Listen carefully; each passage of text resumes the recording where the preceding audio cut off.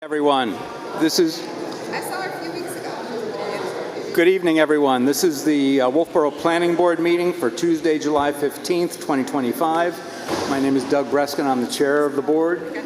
To my left, I have Jane Nielsen as an alternate, Vaughn Dugan, Peter Goodwin, Roger Murray, and to my right, I have Steve Webster, John Thurston, who's a representative for the Select Board, Nancy Wiley, and Julie Jacobs. And I believe Kathy Barnard will be coming in a few minutes. The first item on the agenda is a public hearing for Atwell on Elm, site plan review for constructing 7 parking spaces, tax map 204-008, case 2025-001. They have asked for a continuance to August 5th. I'll make a motion for that continuance. So moved. Seconded by John. All in favor? Aye. Aye. Any opposed? Very good, thank you. Second item on the agenda is New Hampshire Lakes Region Pickleball Club and Wolfeboro Center, LLC, site plan review, tax map 133-028, case 2025-10. This is continued from July 1st, 2025. And do we have somebody here to speak for that? We do.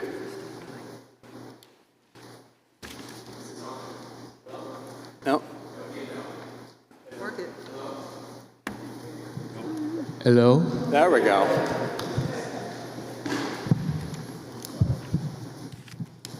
Welcome. Thank you. My name is Paul Blanc. I'm here from Norway Plains representing New Hampshire Lake Region Pickleball Club. I was just setting that up right now. If you could give me one more Yeah, second. go ahead. We'll take a moment.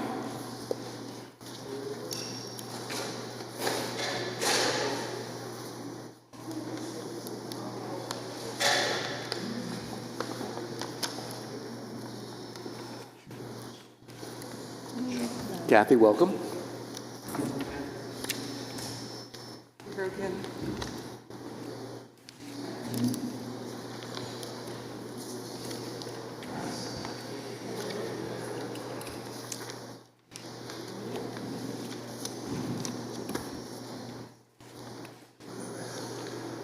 You should turn that so people who are discussing it. This just came.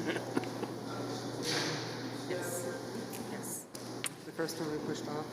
I was still trying to figure this thing. On that side, please, folks, because the camera points that direction. I know that from sitting at home. Yeah, because it's that camera That's right good. there.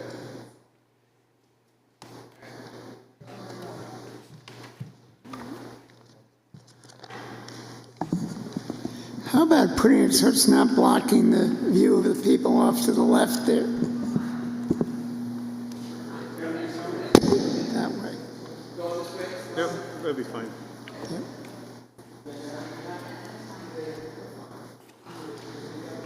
She's here a second ago. That's what handle is that when she turned off. Okay. I mean, that was Dave. This is 5 o'clock. And it looks like we got it right up there now. So, well, welcome everybody here. Pleased to represent the Pickleball Club. We were here once before, and we went back and we did a little redesign. What we did is decide to take the entrance that we proposed before on 109 and relocate it to Route 28. Basically what that did is that flipped the building where the parking lot was and the parking lot where the building was. Very simple. And decreased the amount of disturbed area, also decreased the amount of impervious area. The stormwater system remains, the theme remains the same. 2 infiltration basins. We eliminated 1 large infiltration basin at the base of the hill on 109 because we don't need that anymore. This went through the TRC review back, I believe, is in June sometime. And we had all our comments and we addressed those comments. We did add to this plan, if the young gentleman could go to the next slide. I think his name is Adrian. Yes, Hello, Adrian. It's okay. he's taking care of it. Thank you. Uh-oh. So what we did is we added a means for an emergency vehicle to get to the courts by using a grass reinforced path so they can actually support a ambulance to get right back there. So we added that with this design, which is on the kind of the northeast side of the building. The parking lot layout's the same. We have 90 spaces this time. The lighting plan, very similar, but we decreased the amount of lights since last time. We don't have all those lights going up the driveway. I think that was a comment from us, one of you. So we did that. We changed the location of the well. We brought it closer to the building. We also changed the location of the cistern, which is located in the turnaround area.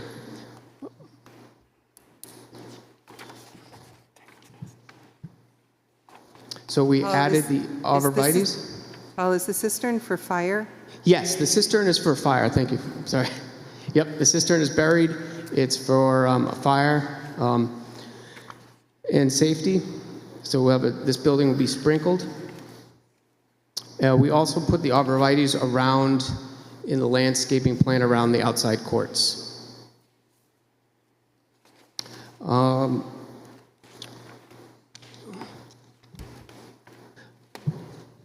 Were there any comments since the last time we met? I think the big thing was people were concerned about the entrance on 109. So we changed that.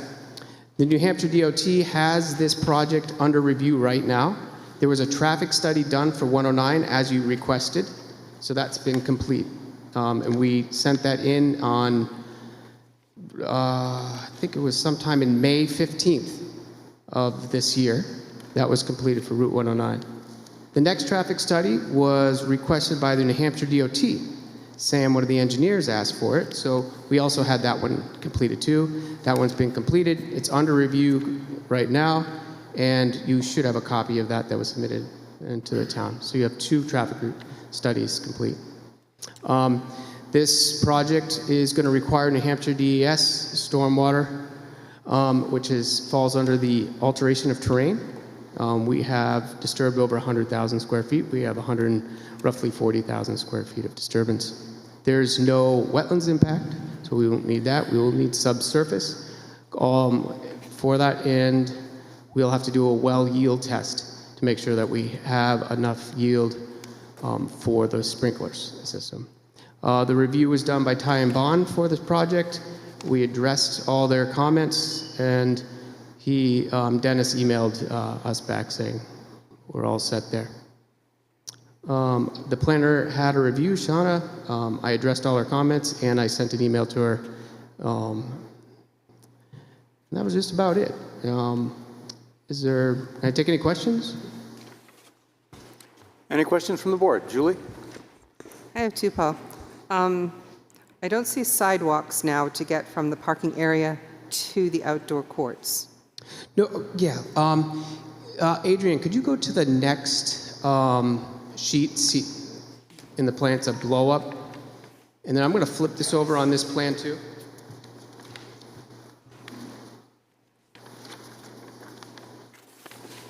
Oh, you didn't put the thing down. Oh, that looks funny.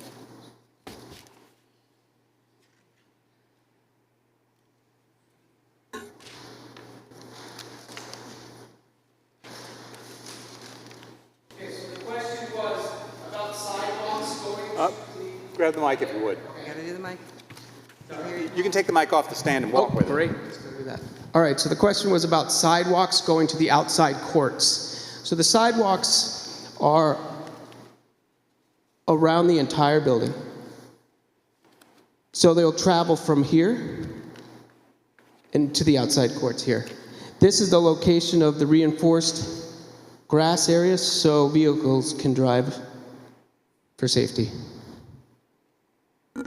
Okay, number 2, I know there's a number for this lot now. Can we have it put on the plans? It has an EU 911 number. We do?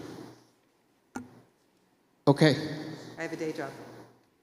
That's awesome. Ask Joe. That was a question from the New Hampshire DOT too. So thank you for that. I would love to have that number. With regard to Julie's question What's that? about the sidewalks, on the northeast side of the building. 1031 Center Street's the number, but that was what the DOT was asking about. Was it going to remain that? Yep. Sorry, that's what I meant to say. Thank you. So on the northeast side of the building where Julie was just asking about the sidewalk, so I wanted to make a comment there. The sidewalk goes around a little bump out in the building where I guess you have the utilities there. That is correct. You're welcome to leave it the way it is. My expectation is that people are not going to walk around that right angle and they're going to cut the corner.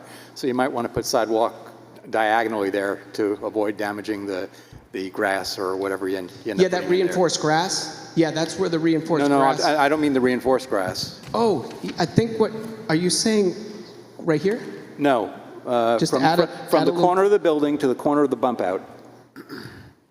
Like this? Yes. Oh, sure. So you don't have to. It's your sidewalk. I'm just suggesting that people are not going to follow that right angle. They're going to cut across. Sure. Sure. That's totally okay. Yep. We do have the utilities going on in that, but that's not a problem. Any other questions from the board?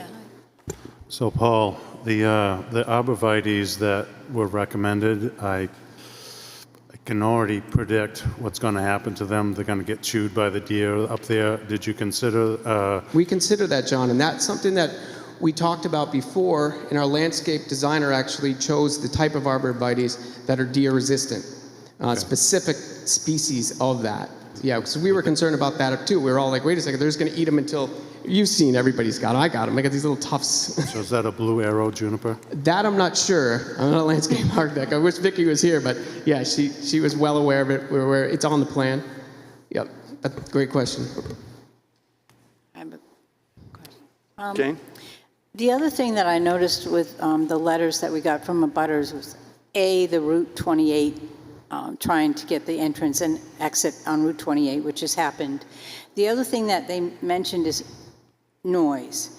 And to your credit, that's been addressed. And what I saw was that you have the latest technology in noise control and, and so on and so forth. And I'm just wondering, I'm just throwing it out there, if the association would consider sort of reevaluating that maybe in 5 years, and if there is anything else that's a little better, maybe making some changes along the way, or So if that just keep stuff- up to date with modern technologies as it goes on. I'm sure that's the goal of, we got to move along as much as we don't want to. We got to get that new iPhone. Okay, so the more important issue, the traffic coming down the hill and people having to stop for somebody turning in.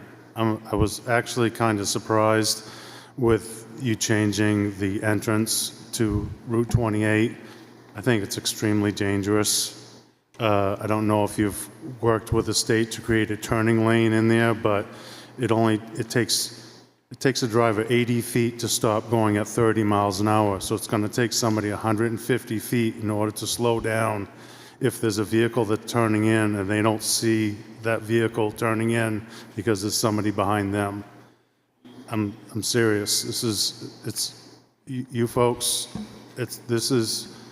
I'm really concerned. I wish you did not do this. I wish you kept it over on 109. It's much slower over there. I understand the people over there were upset that there was cause because you were creating traffic over there in the church. I'm seriously concerned that there's going to be accidents there. So thank you, John. So the New Hampshire DOT is reviewing the traffic study right now. The traffic study that came up said it doesn't warrant that passing, but that doesn't mean that the New Hampshire DOT won't ask for that. We have the room for that, John, to have a passing lane so somebody can go on the right-hand side. We have the room for that. I'm just waiting for their engineers, since it's they own the right-of-way, to tell us what to do next.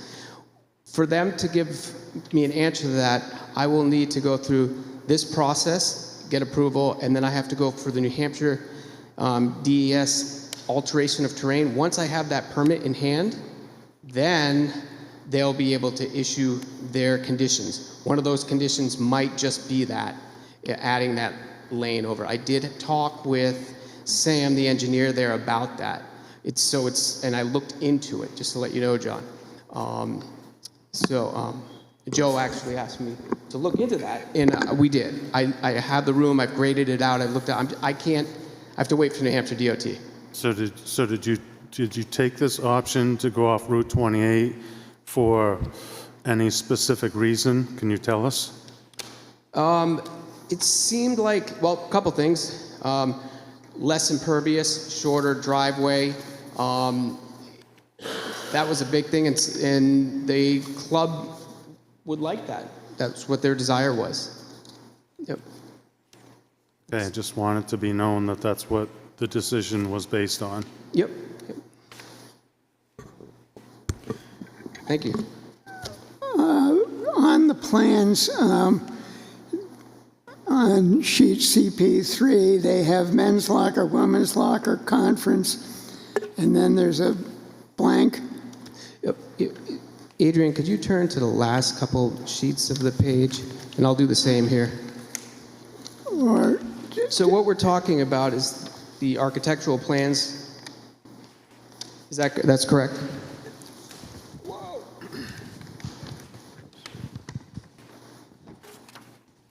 Actually, he should have them up there. I don't seem to have them in this set. So there's a blank room there. Is that what you're saying? There's a room that's not designated.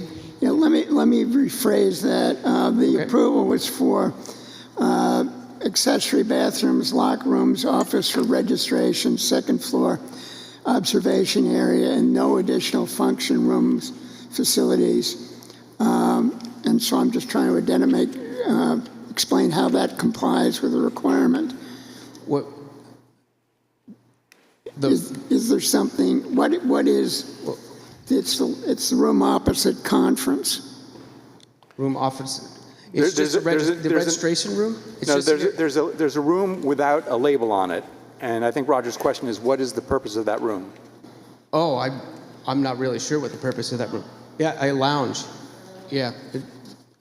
If you back I mean, up we'll one follow plan, whatever the zoning decision is. That's what we have to adhere to during. Roger, if you back up one plan to CP1, it says that blank space on the left is registration. If you go to CP3, Okay. Yeah, I thought it was set. it says on the right, it says conference. Yeah, I thought that's what it was for. Yeah. Are you requesting a waiver from the prohibition against steel buildings? And there's a whole series there in the planner review, citing section 173, 1911C. No. Well, What is the exterior material on the building? yeah. Well, we haven't really decided right now. Yeah. Okay, so it's undecided. Yeah, it's been undecided. Yeah. Okay. We talked about these prefab panels to make, Exposed block, ceramic roof tiles, corrugated steel, sheet metal, sheet plastic, and sheet fiberglass are prohibited. But the planning board does have the ability to waive requirements under the site review regulations, and given the location of this property and the potential screening of it, that could be a consideration if you felt you wanted to avail yourself of that. Yeah, we might. We know that the planner kind of asked about putting some screening in front of the building, Yeah. and we do have an email back and forth she does with the landscape architect that's going to add that. Okay, so you're going to do something on that. Yeah, we're going to do something to the front. I mean, we want this building to look like spectacular. That's the goal. We don't want to just. I mean, that's the whole idea of this. Is there something on the plans that shows the cisterns are underground? I've seen Yes. it's depicted there, but it doesn't seem to show it being Yeah, underground. they're not above the sidewalk because there's a sidewalk there. They're not Yeah. 16 feet in the air. Yeah, but the planner had the same problem when I looked at it. There's a detail that's on the sheet. It doesn't seem to show ground level there, though. Yeah, it's okay. It's a cistern will be in the ground. It's 98,000 pounds and won't freeze. There was some discussion at an earlier meeting about the hours of operation. Is that been given any further thought? Will there be limitations on the hours? Joe, did you have any? May I make a point? I'm sorry, if you're going to speak, please come up to the mic. Thank you. I'd like to know the reason for the question. I don't believe there are limitations on many other businesses in town, but if there are, I'd like to know what they would be. Because there was a point raised by abutters in the area. And the point would be? They're concerned about noise, lights. Well, we've addressed the noise question because you received a study done by a professional engineering firm that showed that there'd be very little noise. The noise at most would be the sound of a chirping bird to the closest possible house. Well, actually, With regard to night lighting, we often don't play past 7:30, 8 o'clock. We're consistent with the lights that are available at Foss Field. They shut off at 8 o'clock, we'll shut off at 8 o'clock. I think they go later than that, but I went down and looked at the pickleball courts on Foss Field, and I went down to the Wolfeboro Shopping Center parking lot, and I was actually surprised by how diminished the sound of the pickleball was. But that was an issue that was raised, and there was discussion about that when you were in previously. And if that's not on the table, then we should know that. Well, we're going to be the best possible neighbor that the town could ever want. And we're going to make sure that the lights interfere with nobody's sleep or disturb anybody's pleasure. That's a given. We wouldn't be doing it otherwise. We're here for the community, not for one or two people. We're here to do what's best for the entire community. Thank you. And John. I have one other. Oh, please. I could see on the utilities plan, I found the lights for the parking lot and for the outdoor courts. Are the lights on the building? There's just downcasting lights. If you look at the lighting plan, which should be L, you're getting there. Yep. So there should be a lighting plan there. So there are building lights that wrap around there, and they're downcasting lights for safety, save the sidewalks. Yeah, I could not find where they were. They should have been. We got the analysis done for that. Yep. Yeah, the analysis was complete for that. You can kind of figure it out, Roger, if you look at the circles. There you go. Yep, that's it, Roger. Sorry, Adrian. I know you're trying to get there.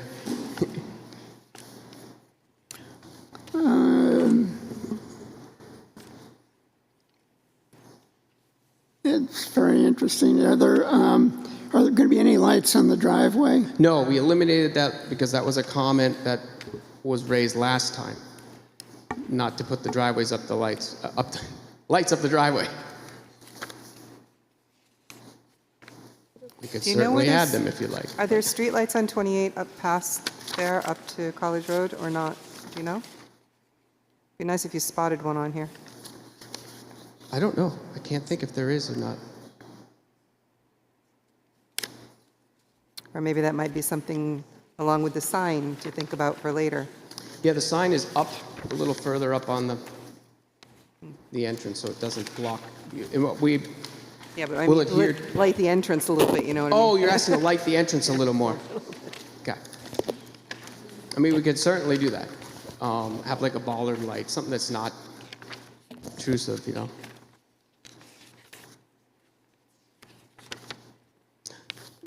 John, I saw you were trying to ask a question. I do. So Yep.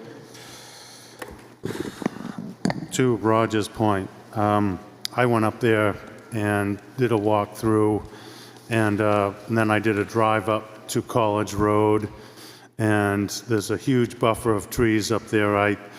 I found it very hard to believe that noise would travel and not be eaten up by the woods up there. And as far as the timetable, I think one of the things that we need to consider here is this is a benefit for the community, not only for the pickleball people, but for restaurants, housing, hospital. Every aspect of our community will revolve around this incredible situation. I think limiting any time frame after the snow flies would be acceptable. I mean, that's the only time. But up until that point, I think it's a recreational place. Recreation should happen right up until the end when snow flies. Fall's a great time to get out there and play. The weather's great. You heard from Mr. Santoro, they're not going to be up there at late at night playing. The area is suited perfectly for this type of situation. Our community will benefit immensely from this situation. So I wouldn't support any time limitations on this property. One of the things that I get to next is the look of your building. We've had endless months to design and create the look of this building. I am kind of surprised that you can't come up with how this building is going to look. The town has architectural design guidelines in our town. There's very few plans that come in front of this board that leave this board with an approval that we don't know what the building is going to look like.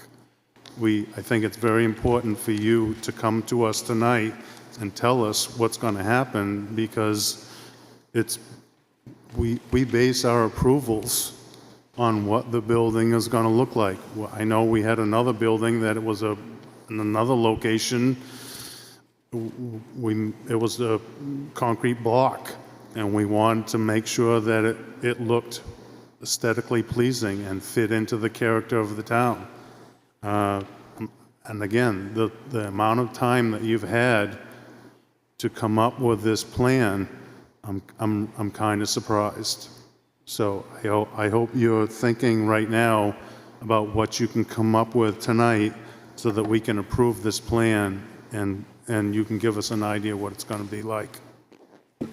So we've had discussions on what it looks like. We kind of wanted this, correct me if I'm wrong, we wanted this barn-like style, right?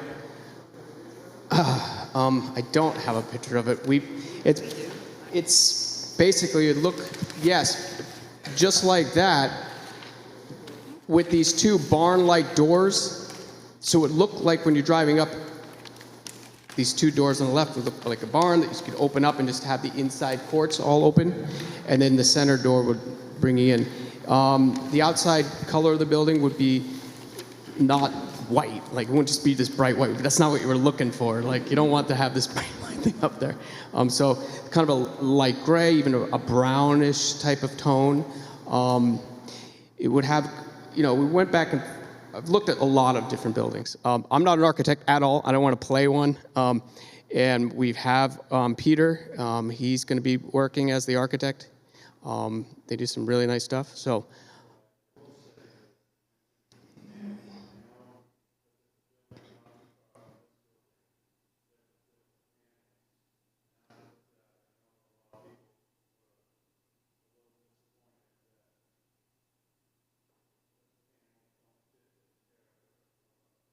Yeah, that was the very, way at the beginning we talked about these panels to go up, and that was just one option that somebody sat and talked about, but that's not kind of what we're going for. We want this look to make it inviting.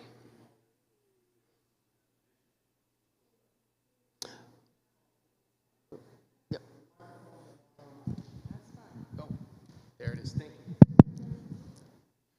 Hopefully you received the sketch, and the intent is going to make this a rustic appearing building. So it blends to the character of 19th century Wolfeboro. Not 22nd century, 19th century. So those who come and love the environment that they find here in this town, we're going to find a building that is representative of the old way of life. It'll blend with the trees, blend with the nature of the sport, and be a comfortable environment for everybody who uses it. John, I'd like to give a little input on this because I built these buildings, have for a long time, and there are products available. Today, we typically use what we call an IMP, or an insulated metal panel. They're 4 to 5 inches thick for energy efficiency, for efficiency in construction, for the environment, that whole picture. They do have products called texture coat, where we can use a metal substrate and put a texture on the panel. So yes, technically it is an insulated metal panel, but it has a different finish that can be applied. And looking at your elevations here, I think a combination of some of those texture coat panels, along with something on the front entryway, could look fine, because it's a huge structure, and you can't quite get away from that, you know. We actually did, we get samples of those. Remember those here? We looked at those. We looked at the textures, what you're talking about. Yes. Yeah. So you have I think at one meeting you might have brought that up, and we kind of ran to that. In the spirit of the ordinance, I think that, you know, committing to some sort of non or coated panel would probably suffice. Agree. Yeah. So my thought on this question of architectural standard, this building is very far off the road. And my concern is more that we keep a buffer of trees on the front. During construction, often more trees than are shown get taken down. For instance, there's a riprap hill or something happening just below the entryway. I don't know why. Great question. That is because it's DOT. That's what they want. That's Did they say why? yeah, for erosion control.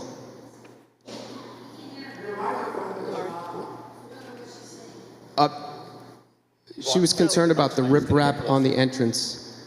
Yep. So my thought is that there are trees on either side of the entry, and they're shown, you know, like they're sheep diagrams. Yep. It goes, the grade goes up, and then there's woods or whatever is there to remain. I would like to see some kind of construction fencing in place so that we know that those trees that are delineated here remain, so that you don't really get a big view of this building. It's down a slot, and then you're looking at the barn-like centerpiece. Correct. And not a parking lot with a big industrial building behind it. Right. So, Vaughn, what we do is we go around, and the limits of cuts are what you see on that. We use a GPS when we go out there. We survey it, and that's it. We can't go beyond that because that's what we're being permitted by. So we get permitted by the New Hampshire DES for that limit. That's the limit of construction. Then there's a limit of disturbance, which is the same in this case. I still think we should ask for a snow fence. I mean, we saw another example today where it was not well delineated. And, sorry, can you? Juan, I think you need to get right into the mic. Use another one.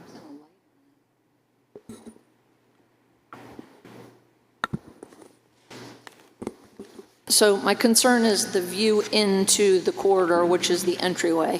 And I think by putting snow fencing up at the edge of the shown remaining trees, that will prevent construction activity from annihilating it.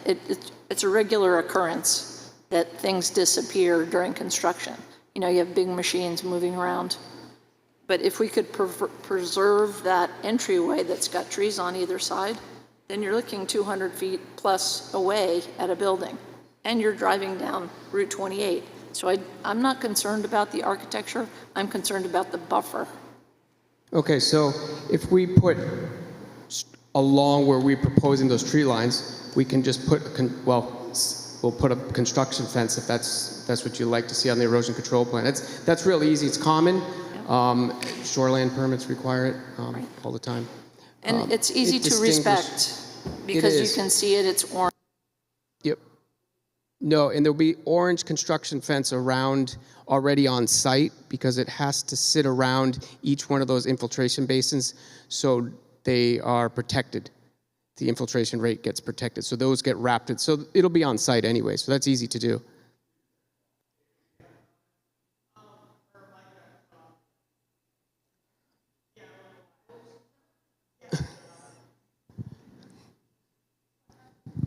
Want to use this one?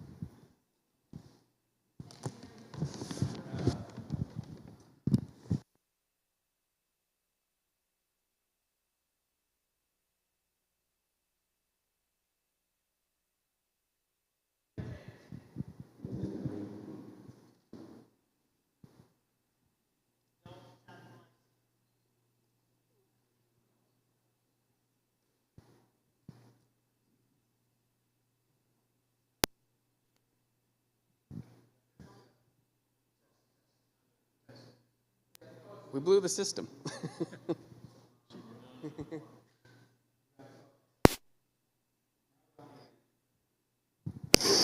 Test.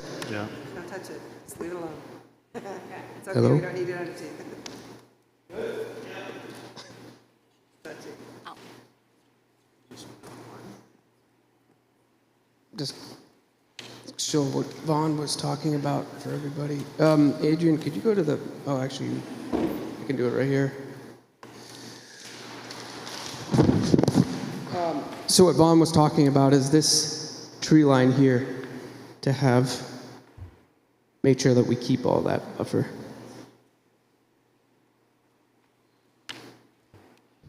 So. Yeah, and I think if it remains, it will obscure the view of the larger building behind the barn. It'll look good. Yeah, it's common practice in a lot of projects in some cities. They have us wrap the entire project like that with a fence. It's not uncommon. I'm just concerned about the entrance and Yep, along yep. that road, because that's the only place you'll be able to see this structure. Not Roger, that you it have won't be another comment? beautiful. I'm sorry. I would Not that agree it won't with be beautiful. Vaughn, and I think that to the extent the building materials are not in conformity with that particular section of the site review regulations, the board can weigh them given the fact that there's going to be, it's going to be way back from the road. I mean, I think this plan is an improvement over the other plan. I think there's less disturbance. You address the concerns voiced by people on Route 109. It certainly seemed as though a lot of thought and work went into it. It certainly did. Enjoyable work, though. It was a challenge to get the things to fit in there, but it worked. Any further comments from the board? I welcome the fact that they moved the entrance to 28. I think it's a long, straight route. It's not as if it's a curvy, hard-to-view entryway. Well, and historically, that is the entrance. That was the entrance to the sand pit. Well, people are also slowing down because you hit the 40 mile an hour and they're slowing down for the intersection. One of the other issues that was raised, it's not necessarily something for the planning board here to deal with, but I understand that the approval from the ZBA dealt with canvas screening in the outdoor courts. So I'm We don't know where that came from. I watched the meeting several times. Yeah.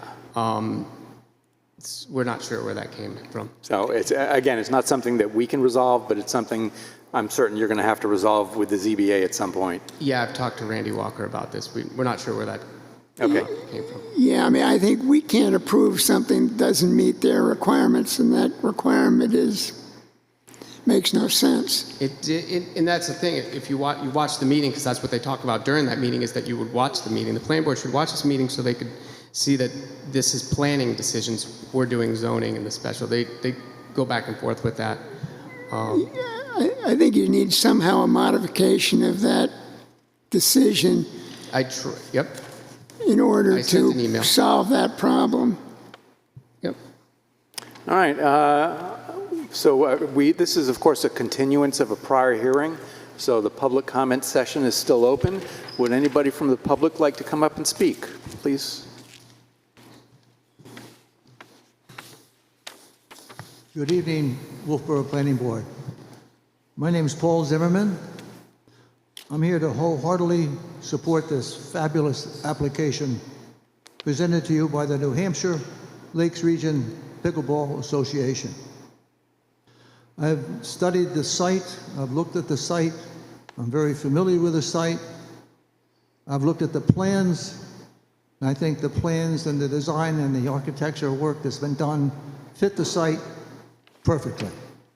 I think we should be honored to have such a wonderful application before you to consider for its approval. A big obstacle was the noise factor. I think New Hampshire crows make more noise than the pickleball being hit by a paddle. In fact, the Pickleball Association is now in the process of designing pickleball balls that don't make so much noise. Keep in mind, this 32-acre parcel is zoned agricultural. You could have smoky diesel tractor engines out there plowing the fields all day long, creating havoc and dirt and mess on almost the 32 acres without the wetlands. So the pickleball court is a fabulous use of this site.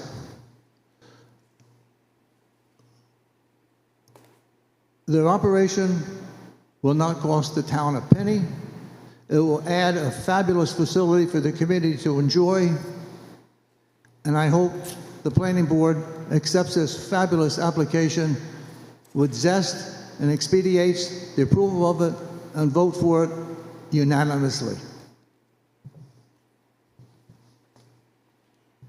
Please come up and speak.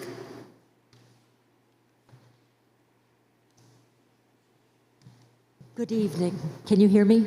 Yes. My name is Laura Campbell, 37 College Road. On May 19th, we wrote some concerns, and we are supportive of the pickleball club. It seems like a great use of the property.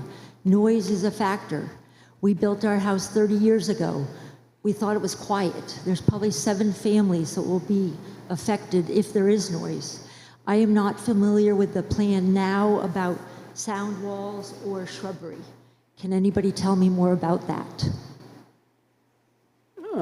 Paul, would you like to come up and speak to that?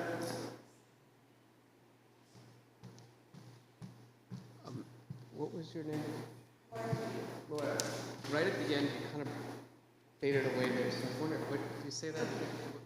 Laura Campbell. We have 8 acres. We are abutters of the pickleball court. There's about 7 families that will be affected by the pickleball court because I think, are the courts still close to College Road?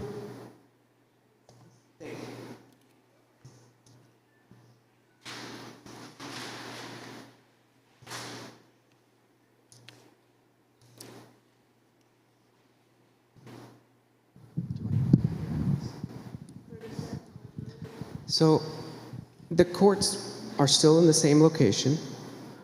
What we did is we added the arborvitaes around as the sound barrier that we talked about. Didn't know a wall, and then College Road would be right about here. And these are the homes right there. You're about there. Yeah.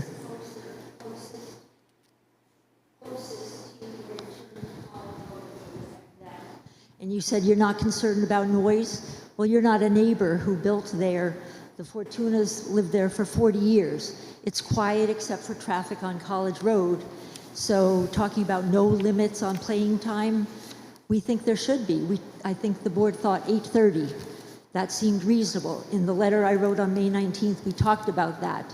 And to say we don't have any limits anymore is interesting. We just want it quieter. Balls that are quieter sound great. That would be great. But again, to say that we can just trust you and that it's going to be quiet, I guess we want some assurances. Thank you. Thank you. Any other members of the public? Please come up.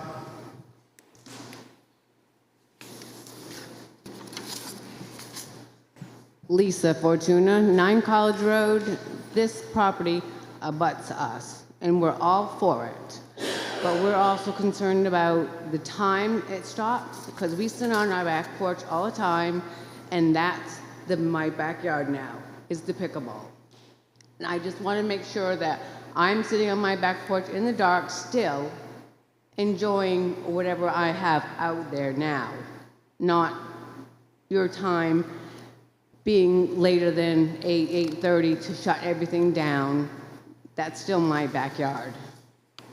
And it's my assumption that your concern is solely with the outdoor courts, not... Well, it's not just the sound, it's the lights, because we have dark lights that face, there's no lights besides ours that's, towards Lake Wentworth. And we just want it to be still dark so we can enjoy our backyard, so the town can enjoy the pickleballs during the day. And the traffic that comes out of College Road onto 28 all day, since I'm the first house, all day long we hear trucks beeping their horns. There's been so many accidents almost accidents at the end of our road on 28 because people are still going 55 down the hill. And they're just keep on going. And it doesn't matter if you put it in a turning lane, something's gonna happen. And I understand that's still a problem on 109. But we listen to the horns all day long of close calls of people pulling out of our road going left. Thank you. But yes, but we are for the pickleball facility. That's great. One thing about the noise of traveling through woods is that low pitches tend to travel a whole lot better than the high-pitched noises which pickleball are going to produce.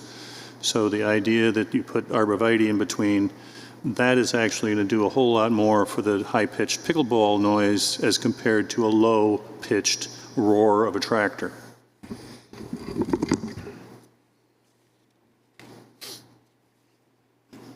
And with regard to one of the comments that was made earlier, I am aware of other athletic facilities, outdoor athletic facilities in the town that do have limitations on their operational hours. So there is some precedent for that. I'm sorry? The Brewster Ice Rink. If you could come up and speak in the mic. Yes, I'd be interested in your comment. What could you define it, please? Clarify? When the Brewster Ice Rink was approved, they were given limitations on the operational hours. I don't remember exactly what the hours are off the top of my head, but there were limits placed on it. And the Foss Field lights go off at a certain time. We'll be doing the same thing. We're not there to spend the evening there. You won't see us there at midnight. You won't see us there at 11 o'clock at night, or at 10, or even 9. Yeah, I'm not saying that there should or shouldn't be limits on the hours for the pickleball court. I'm just making the point that there is precedent for something like that. That's fine. And speaking of precedent, we did provide you with a sound study done by a professional engineering firm who specializes in only that. And they have documented their information showing you clearly that no resident will be disturbed by the sound. They're just too far away from the courts for the sound to permeate. Any other comments from the public?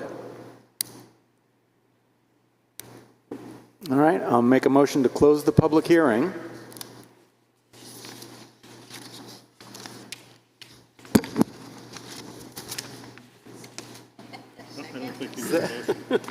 Do I not need a motion? No. Okay, well, so we'll close the public hearing. Is there any further discussion from the board? If you have all your questions answered, we can move on to a decision. Well, Yes, that's true. Thank you, Peter. Yes, so do we want to accept the application as complete? That's correct. And I'm not sure if we do.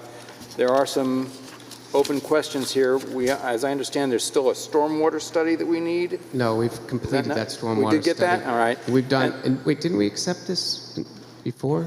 The application was accepted. yeah, That's how we got, Yes, that's how we got to this point.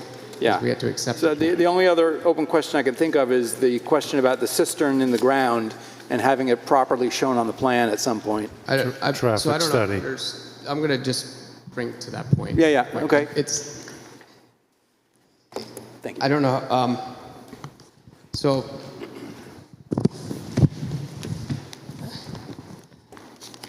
we could all agree that we're concerned that when a contractor comes to build this, he's not going to build it 16 feet in the air. Is that what we're really worried about? I assure you that when the contractor gets these 4 cisterns that weigh 93,000 pounds, he's going to understand that they go in. The fire chief is going to understand that they go into the ground. There's a detail showing that we have bollards around here to protect it, and there's a sidewalk that goes over it.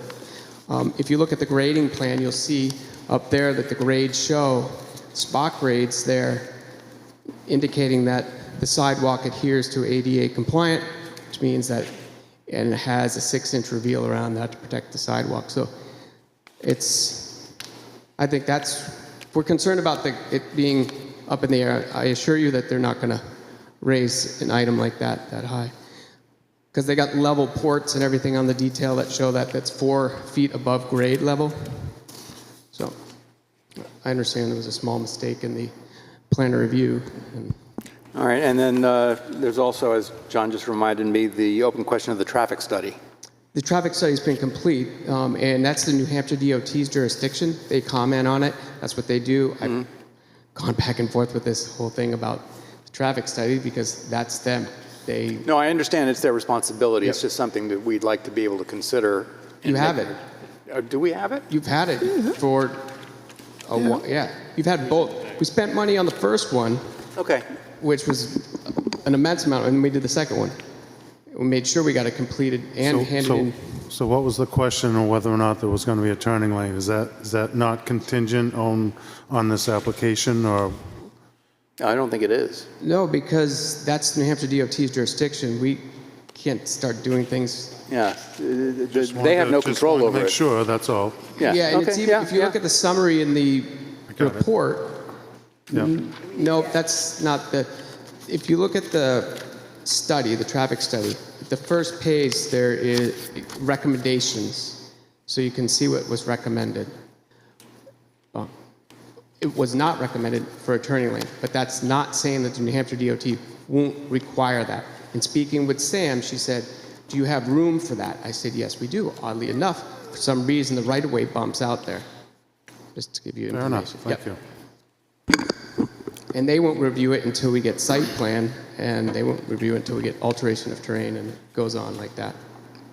You also need to have on that plan the fencing to protect the existing trees, to protect the entranceway.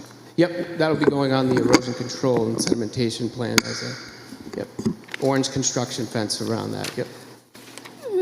The planner review, number 7, reserve that for condition regarding the requirement for a noise mitigation plan and fleshing out greater details for noise attenuation. Is that something we want to address?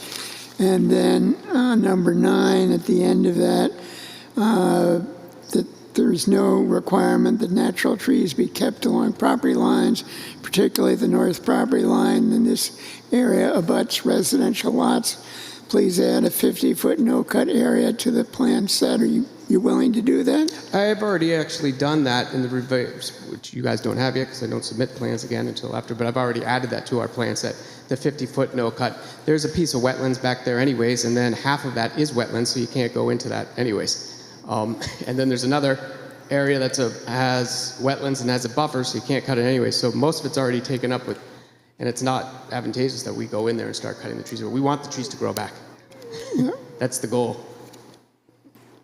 So, yeah, we'll put it on the plan. It's already on there. It's note 23. I think it sent that comment to the town planner on C1. You don't have that sheet, but it's been sent to her. Yeah, I mean, I went out and walked the property and actually ran into the soil scientist when he was out there, and it really Adam is. Dorian, the soil scientist. What? Adam was the soil scientist. Yeah, great guy. And it really is quite well screened if the existing trees remain, which I wouldn't think you have any incentive to remove. And then I guess the last item is, what about some landscaping in front of the building? Yes, we talked about that at the beginning of the meeting. Yeah. I have that. Vicky, the landscape designer, has already, she's got the email. We got the email back and forth with Johnny. She's like, yeah, let's throw some plants up there. It'd be great. You know, we don't want to block those doors, the barn looking like doors, because you open it up for the courts. But on either side, I mean, that would be great. I mean, that's exactly what we want to do. I'd like to make a motion, we approve the New Hampshire Lakes Region Pickleball Club in Wolfeboro Center, LLC, pickleball facility, Center Street, tax map number 133-028, case number 2025-10. John, would you like to put any conditions on that? Did we say that it's complete? We did that at the previous meeting. To get to here, you got to do that. Nope. Okay, I'd like to propose an amendment to your motion, John, to add some conditions. Prior to the signing of plans, there are 29 plans to be included in the submission per section, as Roger had mentioned per section 173-19.11.c, make notion that the final appearance of the building should comply with the cosmetic appearance, meaning no corrugated steel or exposed block, unless there is some relief given by the board here. The applicant should enter into a construction observation agreement with the town's consulting engineer for site work. The cost shall be borne by the applicant. The applicant shall be responsible for the payment of a financial surety, the amount of which is to be reviewed by the town's consulting engineer at the cost of the applicant. No construction or site work for the site plan shall be undertaken prior to the financial surety being in place with the town.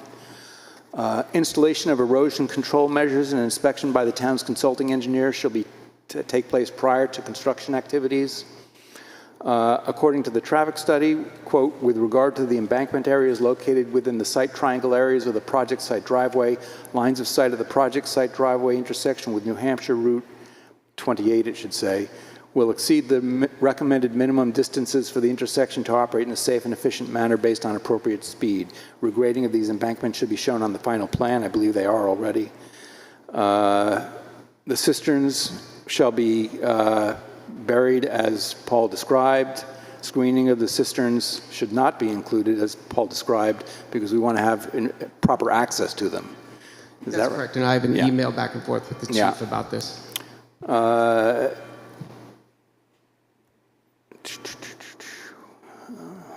I'm just going through the list here, give me a moment. The final plan should be stamped by an associated licensed septic designer prior to plans being signed by the planning board. Erosion control should be installed in the wetland areas, but should be inspected by a consulting engineer prior to construction on site. Once amendments to the plan set are made, please submit one draft copy of the plans prior to final drawings being submitted. For final drawings, each individual sheet in every set of drawings should be stamped and signed by the land surveyor, engineer, or architect responsible for the site plans. The applicant shall submit 2 sets of 24 by 36-inch black-lined final approved plans, 1 set of 11 by 17-inch final approved plan drawings, and 1 electronic version in PDF format. And all the documentation submitted in the application package by the applicant and any requirements imposed by other agencies that are part of this approval unless otherwise updated, revised, clarified in some manner, or superseded in full or in part. In the case of conflicting information between the documents, the most recent documentation in this notice shall generally be determinant. Conditions to be met after final approval. The well must meet water supply requirements for the required sprinkler system, which should be submitted to the fire department at the time of the building permit. Erosion control shall be properly installed on the site prior to construction. Erosion control shall be properly maintained through construction. Any breaks or breaches shall be repaired within 48 hours of a storm event. Erosion control is shown on sheet C8 of the plan set and should be checked by the consulting engineer prior to construction on site. A signed permit should be submitted. Active and substantial development for this project is defined as, quote, construction of at least 50% of the site utilities, outside recreation area and building, and submittal of a complete building permit application, unquote. These improvements must be started within 24 months of the planning board approval date in order to receive 5 years of vesting. E911 numbering shall be required for the new structure and assigned at the time of the building permit, which I think Julie mentioned that there's an address now. Thank you. For in perpetuity vesting purposes under RSA 674:39, quote, substantial completion, unquote, for this project is defined as, quote, completion of the project, unquote.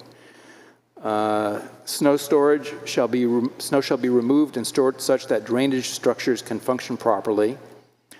The following approvals and any conditions attached thereto are adopted by reference to this approval, and any modification to the approved plans would require a plan amendment.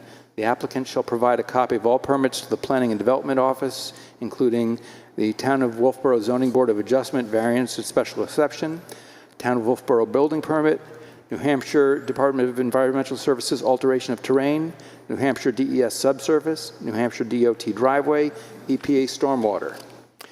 The applicant shall be responsible for the payment of the recording of the notice of decision at the Carroll County Registry of Deeds. As-built plans. If there are modifications, the modifications shall be itemized on the as-built plan or on an accompanying letter. the applicant shall submit the following as-built plans: 2 sets of 24 by 36-inch black line plans, 1 set of 11 by 17-inch plan, 1 digital PDF copy of the as-built site plans or record drawings. 1 stamped and signed as-built plan by the engineer or surveyor is to be submitted to the planning department of time of construction. The following appeals language shall be added to the notice of decision pursuant to RSA 677:15. An aggrieved party may appeal this decision to the Carroll County Superior Court within 30 days of the date the board voted to approve or disapprove this application, or to the ZBA pursuant to RSA 676:5, Roman numeral 3, within 30 days the board made its decision.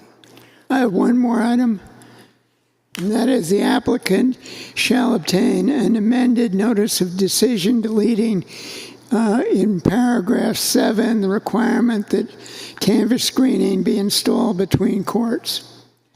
And I would also add that prior to construction, during erosion control measure installation, the orange construction fence is placed along the perimeter of the cut shown on the plans. So The cut for the driveway entrance, you mean? What's that? You mean the cut for the driveway entrance? Well, it would follow the line Yeah. of the tree line because there's, slope and parking lot. John, would you accept those modifications to your motion? With conditions stated. I'll second that.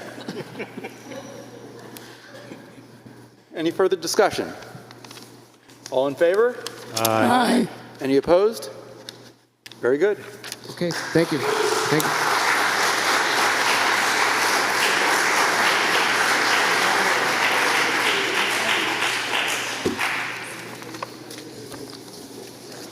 All right, the next item on the agenda is Brewster Academy Site Plan Review Parking Lot Reconfiguration.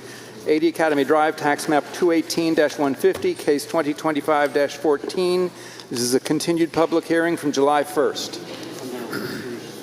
Yeah. So Steve Webster is going to recuse himself. Steve Webster is going to recuse himself from this hearing as he's involved with Brewster. Kathy, could you sit in his place? Thank you. Let's give a moment for the room to clear.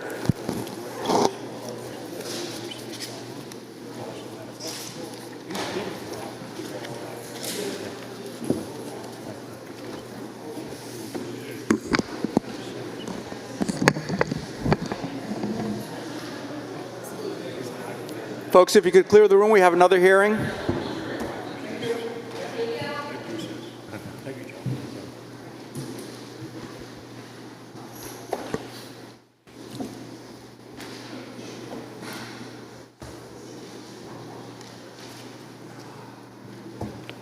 Good evening.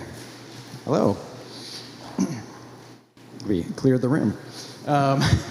Andy Smith, architect at DSK Architects and Planners out of Concord, Massachusetts. We're here again tonight to present the Brewster Academy Academic Courtyard project that I'm sure you're very familiar with at this point. This has been continued a couple of times.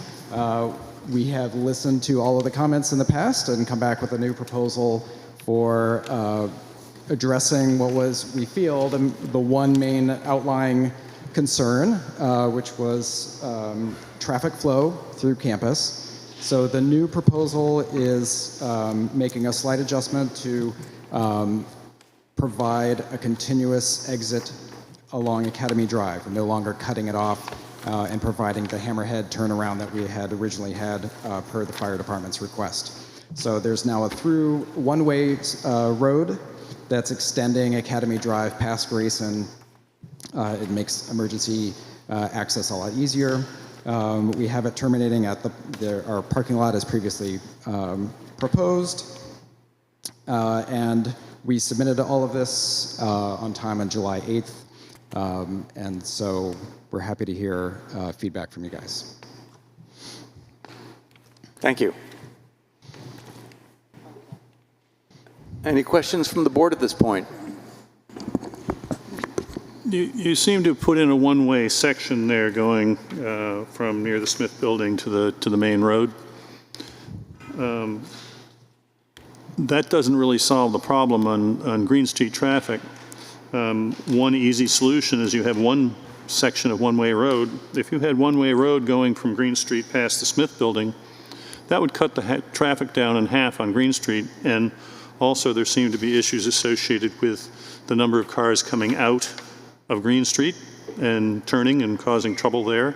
And so if it was one way going past Smith Building there, that would solve that particular problem. Thank you. Yeah, we feel that the traffic flow now doesn't even really bring people past the Smith Center, that there's a way out for vehicular traffic that's bringing you back to kind of the Estabrook exit. We're consolidating the curb cuts and the number of entrances and exits into campus, just to the main entrance over Academy Drive on the west side, and then the Estabrook one on the right.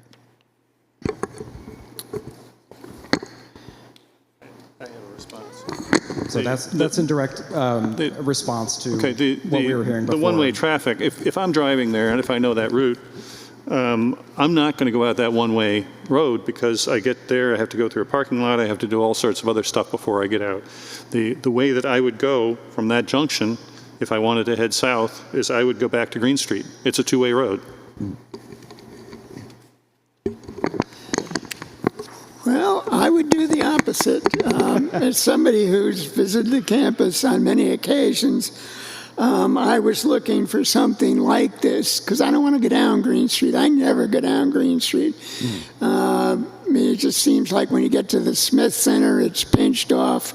And I think this gives you a way of going to the Pickney Boathouse. If you're on the turf field, you're probably going to park up on the parking lot on Academy Drive up closer to Main Street. But for anything on one of the lower fields, everybody drives down there. And this gives you a reasonably convenient way of exiting. I'd much rather drive through a parking lot than through the pinching off of the road going by the Smith Center. Right. And, that addresses my concern. Are the number of parking spaces the same on this? Yes, so in this instance, because we're emptying that one-way road into the parking lot, we had to reduce the parking counts a little bit. So we're eliminating 63 out of the original of what exists now and putting 63 back with a overall reduction in impervious. So it's the number of parking spaces is the same? Same as what exists today. It is reduced from our previous proposals. Okay. Could you tell me the status of the stormwater review? Sure. Do you want to speak to that, John? Good evening. Sean Malone, Consulting Group, the civil engineer of the project. The stormwater report was previously submitted and reviewed by Ty and Bond. They submitted comments. We had responded to those comments, and they responded that they'd been resolved. This change in the plan doesn't really affect any of those comments previously made, and their conclusions are still valid, I believe. This represents still a decrease of over 6,000 square feet of impervious area from the existing condition, so we are still meeting the stormwater standards. Thank you. Okay, I'm concerned about the memo that we received from Shanna, our planner, saying that we should postpone this until it goes. Well, she suggested we continue it, yes. Yeah. That's right. Yeah, right. Because we're waiting, one on the revised stormwater report, which is what I just asked about, and also the Ty and Bond review of the latest plan. But I wanted at least to give... No, I understand. That's right. But I wanted to make sure not only did we hear the presentation, but also that we gave whatever Green Street residents that might have attended the opportunity to speak as well. Okay. Yes. If I may, just to be clarified, there is no revised stormwater report. We did the comparison of the impervious area calculations, and with just this minute change in the impervious area, there's really no effect on the stormwater, so there was no need So to that may not be an issue, but we still would like to have the Ty and Bond review of the current plan. Or if they can send you a letter saying that what they have is sufficient, but just let them sign off on it. Is there a new landscaping plan? The only changes to that were based on comments from before by Mr. Thurston about removal of a couple of trees along Estabrook Road. So those have been shown as being removed on the demolition plan for landscape. That, and I think there's that fence there that you were asking about last time. Julie? Are we still looking at speed bumps on the Green Street end? Peter.